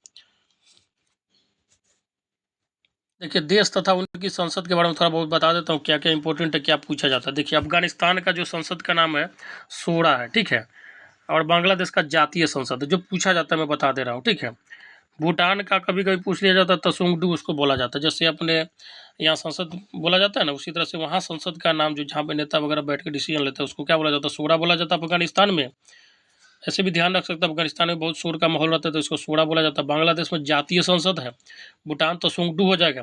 बाकी इतना इधर इम्पोर्टेंट नहीं है, आपको जो मैं बताता हूँ ध्यान रखिएगा, ठीक है। जर्मनी का याद याद रख लीजिएगा, ठीक है, जो है, ठीक है, दो हाउस होता है, इसको लोअर हाउस का नाम अलग है और अपर हाउस का नाम अलग है, ठीक है। आगे जो है आपका कह रहा है कि है भारत में लोअर हाउस को क्या बोलते हैं, लोकसभा, और अपर हाउस को राज्यसभा बोलते हैं। इंडोनेशिया में मजलिस, ईरान में मजलिस, इजराइल में निसेट, ध्यान रखिएगा। रूस में इसको ड्यूमा बोला जाता है, जो कि नहीं दिया गया। जापान में इसको डाइट बोलते हैं। और जो सबसे ज़्यादा पूछा जाता है, जापान की संसद का नाम क्या है, डाइट बहुत पूछा जाता है। ईरान का मजलिस, इंडोनेशिया का मजलिस, और इजराइल का नेसेट है। रूस का ड्यूमा बहुत पूछा जाता है, ध्यान रखिएगा। रूस का क्या है, तो ड्यूमा है, ठीक है ना, रूस का ड्यूमा बहुत पूछा जाता है। देखिए अब जो है महत्वपूर्ण सीमाएं तथा रेखा के बारे में बता देता हूँ आपको। मोस्ट इंपोर्टेंट इसमें ध्यान रखना। देखिए जैसे डूरंड रेखा बहुत पूछा जाता है। डूरंड रेखा जो है आपका किसके किसके बीच में है, तो ये जो पहले ही गलत दे दिया गया है, भारत तथा जो पाकिस्तान के बीच में डूरंड नहीं है। किसके बीच में है, तो अफगानिस्तान तथा पाकिस्तान के बीच में है। इस बात को ध्यान रखिएगा। अफगानिस्तान यहाँ कर लीजिएगा, ठीक है, अफगानिस्तान हो जाएगा। अफगानिस्तान याद रखिएगा, ठीक है ना। क्या हो जाएगा, अफगानिस्तान तथा पाकिस्तान। हिंडनबर्ग जो होगा आपका जर्मनी तथा पोलैंड के बीच में। मैगिनोट रेखा, ये भी बहुत पूछा जाता है, हिंडनबर्ग रेखा बहुत पूछा जाता है, जर्मनी तथा पोलैंड के बीच में है। मैगिनोट रेखा जो है आपका जर्मनी तथा फ्रांस के बीच में है। और मैनर हिम रेखा जो है रूस तथा फिनलैंड के बीच में है। मैकमोहन रेखा आपको याद ही होगा भारत तथा चीन के बीच में होता है। रेड क्लिफ रेखा आपका भारत तथा पाकिस्तान के बीच में है। इसके बाद जो सबसे इंपॉर्टेंट है, ध्यान रखिएगा, 24वीं समानांतर रेखा भारत तथा पाकिस्तान के बीच में, भारत इसे मान्यता नहीं देता है। आगे जो है आपका जो है 38वीं समानांतर रेखा जो है उत्तरी कोरिया तथा दक्षिण कोरिया के बीच में है। और 49वीं समानांतर रेखा अमेरिका तथा कनाडा के बीच में, बहुत पूछा जाता है 38वीं और 49वीं। ठीक है, आपको ध्यान क्या रखना है, रेड क्लिफ हो गया भारत तथा पाकिस्तान के बीच में, डूरंड हो गया पाकिस्तान तथा अफगानिस्तान के बीच में, मैकमोहन हो गया भारत तथा चीन के बीच में। ठीक है, उसके बाद जो हो गया आपका 38वीं समानांतर हो गया रेखा हो गया उत्तरी तथा दक्षिण कोरिया के बीच में। 49वीं समानांतर रेखा हो गया अमेरिका तथा कनाडा के बीच में। हाँ, हिंडनबर्ग रेखा ध्यान रखिएगा किसके बीच है, जर्मनी तथा पोलैंड के बीच में है। मैगिनोट रेखा, ठीक है, मैग्नेट वाला जो रेखा है फ्रांस तथा जर्मनी के बीच में है। मैनर हिम रेखा रूस तथा फिनलैंड के बीच में। इतना ध्यान रखिएगा तो आपका जो है महत्वपूर्ण सीमा से क्वेश्चन नहीं छूटेगा कभी। देखिए, प्राचीन विश्व के जो है 7 अजूबे जो बोला जाता है ना, 7 अजूबा है, उसके बारे में बता देता हूँ। जैसे मिस्र का पिरामिड है, मिस्र में है, ठीक है, गीजा का पिरामिड उसको बोला जाता है, मिस्र में है। एक तरह से बहुत अजूबा है, हमेशा 7 अजूबा में इसको शामिल किया जाता है। बाकी जो आप ध्यान रखिएगा, बेबीलोन के झूलते बाग इराक में, ठीक है, सद्दाम हुसैन वाले देश में। आगे जो है आपका ध्यान इसमें क्या रखना है, ताजमहल आगरा हो गया आपका भारत का, ठीक है ना। उसके बाद जो है आपका चीन की महान दीवार को ध्यान रखना है। और जो आपको क्या ध्यान रखना है, मोटा मोटी इतना से आपका काम चल जाएगा, ज़्यादा डेप्थ में इसको नहीं ध्यान रखेगा। क्या रखना है, गीजा का पिरामिड जो मिस्र में वो ध्यान रखिएगा, चीन का दीवार हो गया, आगरा का ताजमहल हो गया भारत का, ठीक है, बेबीलोन का झूलता बाग हो गया इराक का, ये सब चीज़ ध्यान रखिए। भारत के भूगोल के बारे में थोड़ा बहुत आइडिया दे देता हूँ आपको, मोटा मोटी आइडिया लग जाएगा। देखिए, भारत जो है आपका एक तरह से एशिया महाद्वीप का एक देश है, जो एशिया के दक्षिणी भाग में, मतलब क्या है, जो हम लोग जो है साउथ एशिया में है, ठीक है। हिंद महासागर के शीर्ष पर तीनों ओर समुद्र से घिरा हुआ है भारत। पूरा भारत जो है अपना क्या है, उत्तरी गोलार्ध में, इस बात को ध्यान रखिएगा। देखिए, भारत जो है सीमा किस किस देश के साथ लगाता है, देखिए आपका पाकिस्तान के साथ लगता है। तो भारत का कौन कौन सा राज्य पाकिस्तान के साथ सीमा लगाता है, तो गुजरात हो गया, राजस्थान हो गया, पंजाब हो गया, जम्मू कश्मीर हो गया। इसका ट्रिक होता है पंगु राज्य, याद रख लीजिएगा। वैसे मानचित्र देख लीजिएगा तो मोटा मोटी आपको ये आइडिया लग जाएगा। अफगानिस्तान के साथ जो है भारत का कौन सा राज्य बॉर्डर लगाता है, तो जम्मू कश्मीर, मात्र एक जो है, ठीक है, वो भी पाक जो है अधिकृत वाला POK। चाइना के साथ कौन कौन सा राज्य जो भारत का बॉर्डर लगाता है, तो एक तो जम्मू कश्मीर, फिर हिमाचल प्रदेश, उत्तराखंड, सिक्किम और अरुणाचल प्रदेश, 5 जो राज्य है वो चाइना के साथ भारत का बॉर्डर लगाता है। आगे जो आपका नेपाल, नेपाल के साथ जो बॉर्डर लगाता है कौन कौन सा देश है, तो नेपाल के साथ आपका जो है उत्तर प्रदेश के साथ बॉर्डर लगाता है, ठीक है। उसके बाद बिहार हो गया, पश्चिम बंगाल हो गया, सिक्किम हो गया और उत्तराखंड हो गया। भूटान के साथ बॉर्डर लगाने वाले भारत के राज्य कौन से है, तो देख लीजिएगा इसको, बांग्लादेश और म्यांमार, देख लीजिएगा। मैं क्या बताऊँ, आप मानचित्र वगैरह देख लीजिएगा, थोड़ा अच्छे से आपको समझ में आ जाएगा। अब जो आपको ध्यान क्या रखना है, सबसे इंपॉर्टेंट बात जो है, भारत का जो अक्षांशीय विस्तार है 8 डिग्री 4 मिनट से लेके उत्तरी अक्षांश से लेके 37 डिग्री 6 मिनट उत्तरी अक्षांश तक, बहुत पूछा जाता है, इसको ध्यान रखिएगा। उत्तरी अक्षांश, ठीक है, उत्तरी अक्षांश, इस बात को दिमाग में रखिएगा। 8 डिग्री 4 मिनट से लेके 37 डिग्री 6 मिनट तक उत्तरी अक्षांश में। और दक्षिणी जो देशांतर विस्तार कितना है, तो 68 डिग्री 7 मिनट से लेके पूर्वी देशांतर से 97 डिग्री 25 मिनट पूर्वी देशांतर तक है, ठीक है। दो आपको ध्यान रखना है, अक्षांशीय विस्तार, देशांतरीय विस्तार। भारत का क्षेत्रफल याद रख लीजिएगा, डिट्टो 32,87,263 वर्ग किलोमीटर है, एकदम एग्जैक्ट डाटा याद रखना चाहिए। क्षेत्रफल की दृष्टि से भारत का क्या है, तो 7वां स्थान है क्षेत्रफल की दृष्टि से, ठीक है। रूस के लगभग क्षेत्रफल का 1/5 है, संयुक्त राज्य अमेरिका के क्षेत्रफल का 1/3 है, तथा ऑस्ट्रेलिया के क्षेत्रफल का 2/5 भाग है। आपको ये सब चीज़ ध्यान नहीं रखना है, बस इतना याद रखना है कि जो भारत का क्षेत्रफल के हिसाब से जो है 7वां नंबर का देश है, ठीक है। भारत का जो कुल क्षेत्रफल 32,87,263 वर्ग किलोमीटर है। हाँ, जनसंख्या की दृष्टि से जो है संसार में भारत जो है चीन के बाद नहीं, अब भारत जो है 1 नंबर पे आ गया है, इस बात को ध्यान रखिएगा। देखिए, विश्व के जो है 2.4% भूमि जो है भारत के पास है, मतलब जितना भी क्षेत्रफल है कितना, तो 2.4% क्षेत्रफल भारत के पास है, जबकि जनसंख्या जो 16% से ऊपर रखी हुई है भारत, ठीक है ना। चलिए आगे। अब जो सबसे इम्पोर्टेंट बात आपको ध्यान रखना है, भारत को श्रीलंका से अलग करने के लिए जो है वाला समुद्री क्षेत्र मन्नार की खाड़ी, गल्फ ऑफ मन्नार तथा पाक जल डमरू मध्य, बहुत पूछा जाता है कि भारत तथा श्रीलंका को कौन सा अलग करता है, तो मन्नार की खाड़ी या जो है पाक स्टेट, दोनों ये अलग करता है, इस बात को ध्यान रखिएगा। मुख्य बिंदु जो आपको भारत के बारे में ध्यान रखना है मैं बता देता हूँ।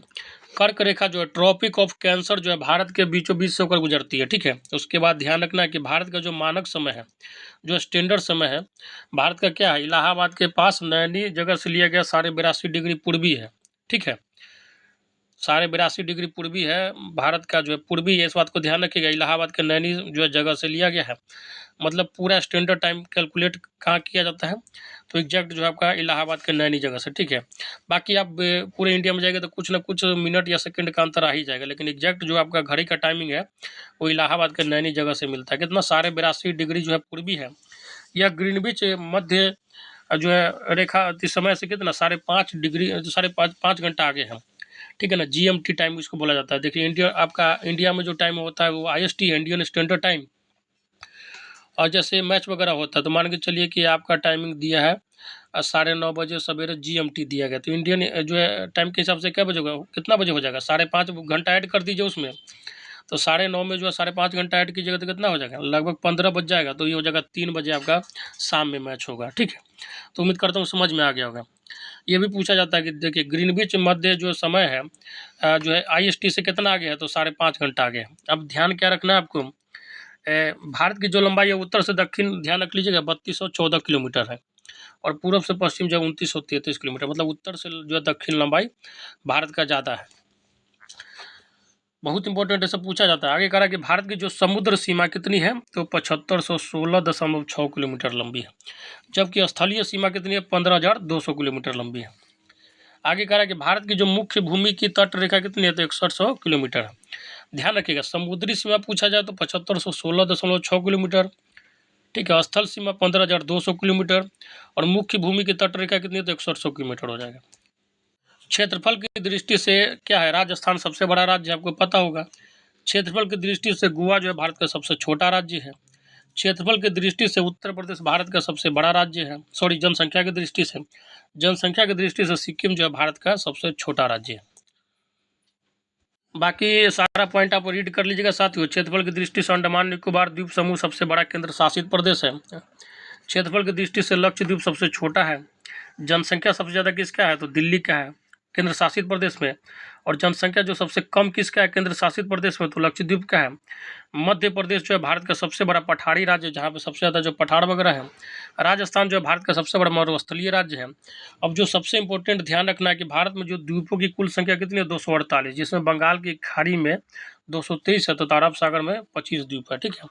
तो ज़्यादा कहाँ है, तो बंगाल की खाड़ी में, इस बात को ध्यान रखिएगा। अब जो सबसे इंपॉर्टेंट पॉइंट पूछा जाता है, भारत का जो सबसे दक्षिणी छोर का नाम क्या है, इंदिरा पॉइंट, ठीक है। भारत का जो सबसे दक्षिणी छोर क्या है, तो इंदिरा पॉइंट ध्यान रखिएगा। और यह जो है बंगाल की खाड़ी में ग्रेट निकोबार, ठीक है, द्वीप पर स्थित है। कहाँ पे, इंदिरा पॉइंट जो आपका ग्रेट निकोबार द्वीप पर स्थित है। भारत का सबसे उत्तरी बिंदु जो है क्या, इंदिरा कोल है, जो कि जम्मू कश्मीर में स्थित है।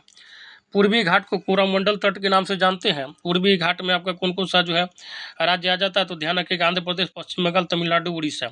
पश्चिम घाट को मालाबार तट के नाम से जाना जाता है, हालांकि पश्चिम के कुछ तट जो है महाराष्ट्र, उड़ीसा, गोवा वाले को कोंकण तट का भी कहा जाता है, ठीक है।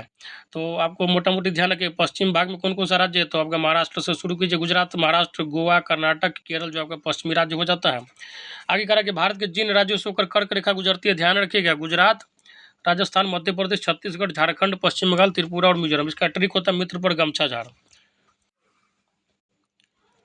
नेक्स्ट जो सबसे इंपॉर्टेंट पॉइंट है, कहा कि भारतीय मानक समय की देशांतर रेखा जो है 82.5 डिग्री ईस्ट जो है उत्तर प्रदेश, मध्य प्रदेश, छत्तीसगढ़, उड़ीसा तथा आंध्र प्रदेश से गुजरती है, ठीक है।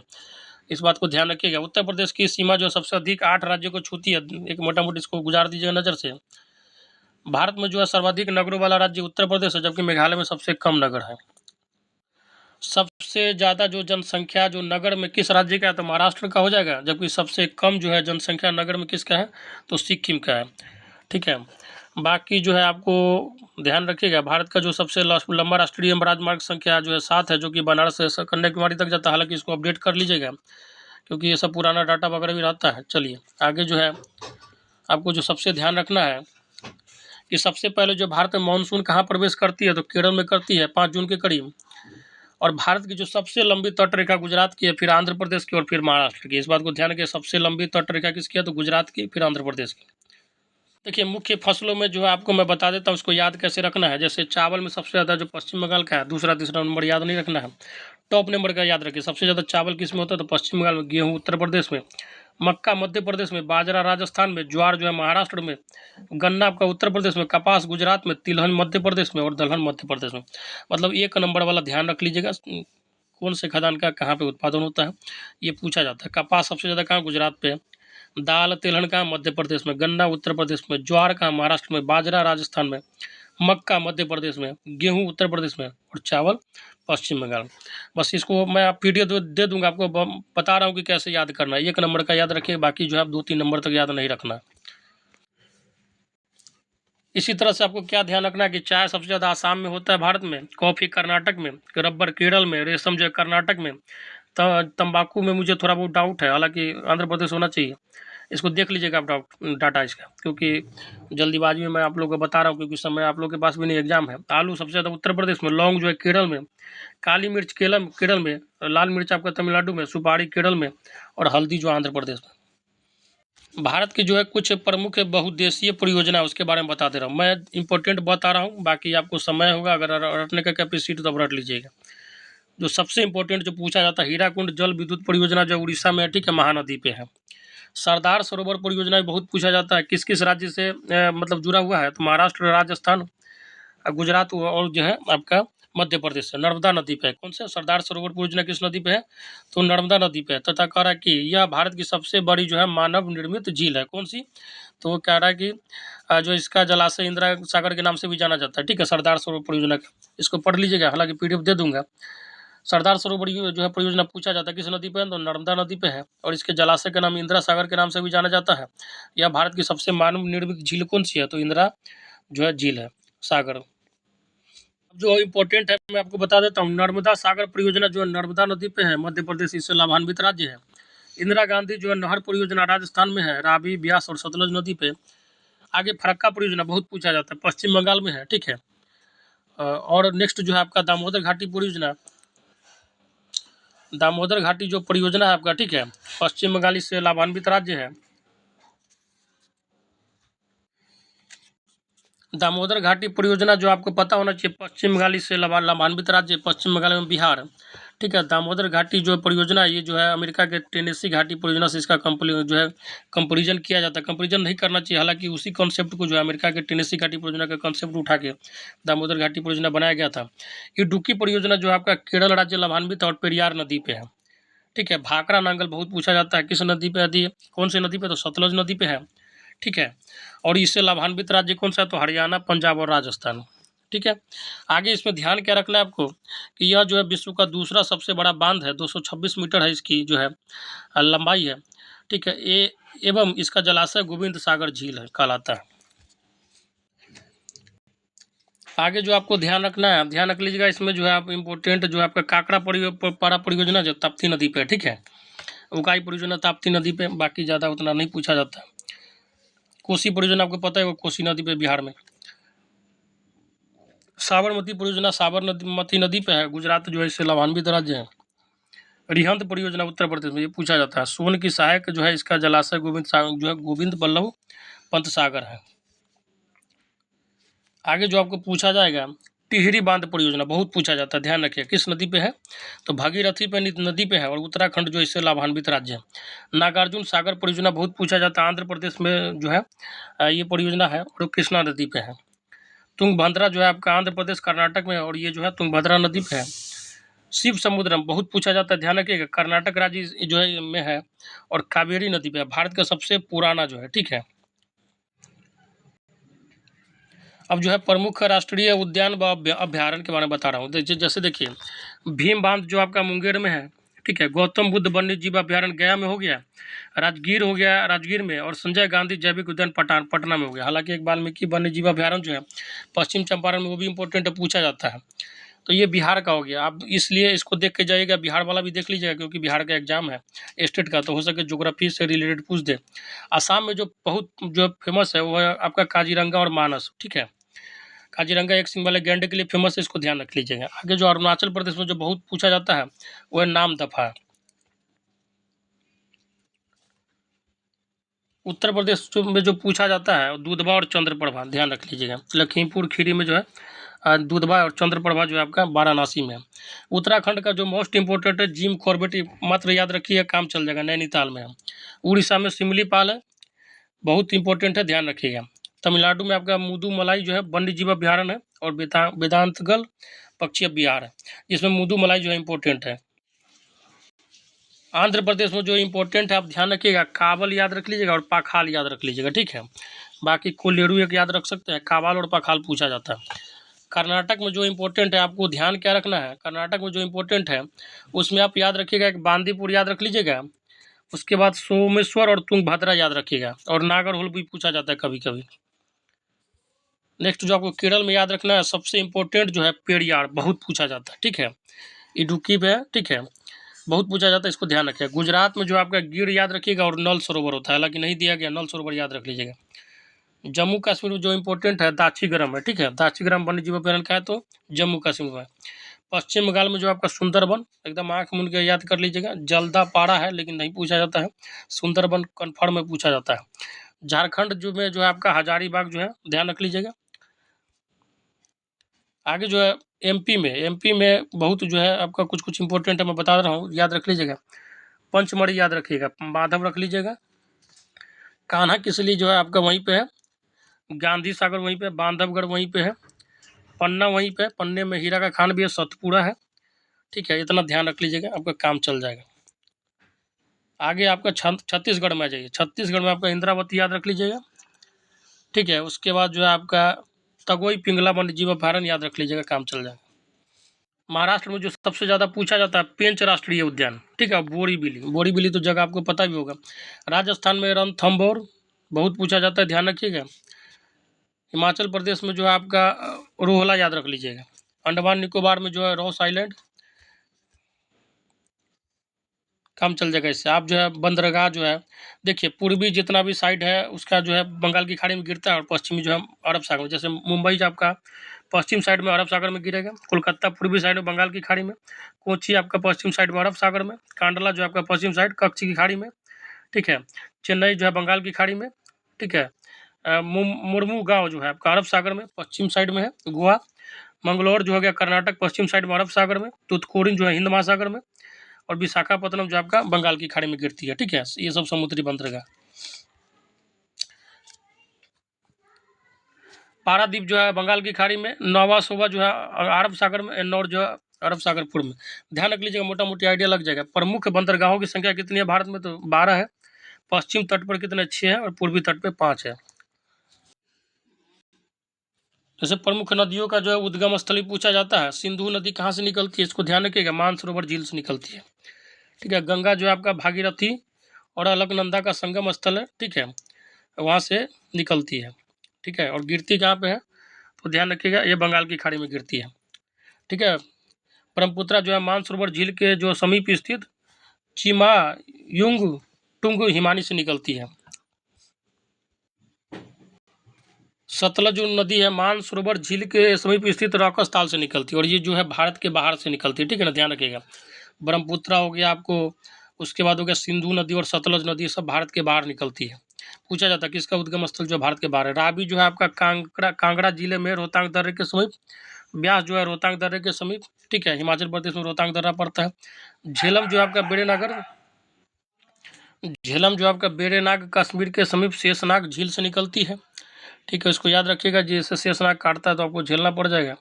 यमुना जो है यमुनोत्री से निकलती है, चिनाब जो है बारालाचा दर्रा से निकलती है। अब इसमें जो इम्पोर्टेंट है आपको बता दे रहा हूँ, गंडक जो नदी है नेपाल से निकलती है, इसका उद्गम स्थल क्या है, नेपाल से निकलती है। कोसी जो है आपका गोसाईनाथ धाम जो है, ठीक है, नेपाल में पड़ता है, वहाँ से निकलती है। सोन बहुत पूछा जाता है, अमरकंटक की पहाड़ी से निकलती है। कृष्णा महाबलेश्वर के समीप पश्चिमी घाट पहाड़ी से निकलती है, ये भी बहुत पूछा जाता है। वैसे भी कृष्ण जी क्या थे, महाबली थे, तो ध्यान रखिएगा इस हिसाब से। गोदावरी जो है आपका, ठीक है, त्रयंबक एक गांव की एक पहाड़ी है, वहां से निकलती है। कावेरी आपका जो है कर्नाटक के कुर्ग जिले में स्थित ब्रह्मगिरी पहाड़ी से निकलती है, ठीक है। उसके बाद जो है आपका महानदी, ध्यान रखिएगा, सीमा के समीप निकलती है। नर्मदा जो हो गया आपका अमरकंटक से निकलती है, ठीक है, अमरकंटक से। इसके बाद जो आपको घग्गर, ध्यान रखिएगा, कालका के समीप हिमालय से निकलती है। बस इतना आप ध्यान रखिएगा, मोटा मोटी काम चल जाएगा। अब जो है प्रमुख अंतर्राष्ट्रीय हवाई अड्डा है, मोटा मोटी इसको देख लीजिएगा। देखिए, जैसे नेताजी सुभाष चंद्र बोस हवाई अड्डा कहाँ है, कोलकाता में है। लाल बहादुर शास्त्री हवाई अड्डा कहाँ है, वाराणसी में है। चौधरी चरण सिंह हवाई अड्डा कहाँ है, लखनऊ में है, ठीक है। उसके बाद जो आपको इम्पोर्टेंट ध्यान रखना है इसमें, अन्ना हवाई अड्डा कहाँ पे, ये भी नहीं पूछा जाता उतना ज़्यादा। गुरु रामदास जी हवाई अड्डा अमृतसर। डॉक्टर अंबेडकर हवाई अड्डा नागपुर। छत्रपति शिवाजी हवाई अड्डा मुंबई। देवी अहिल्याबाई आपका इंदौर, ठीक है।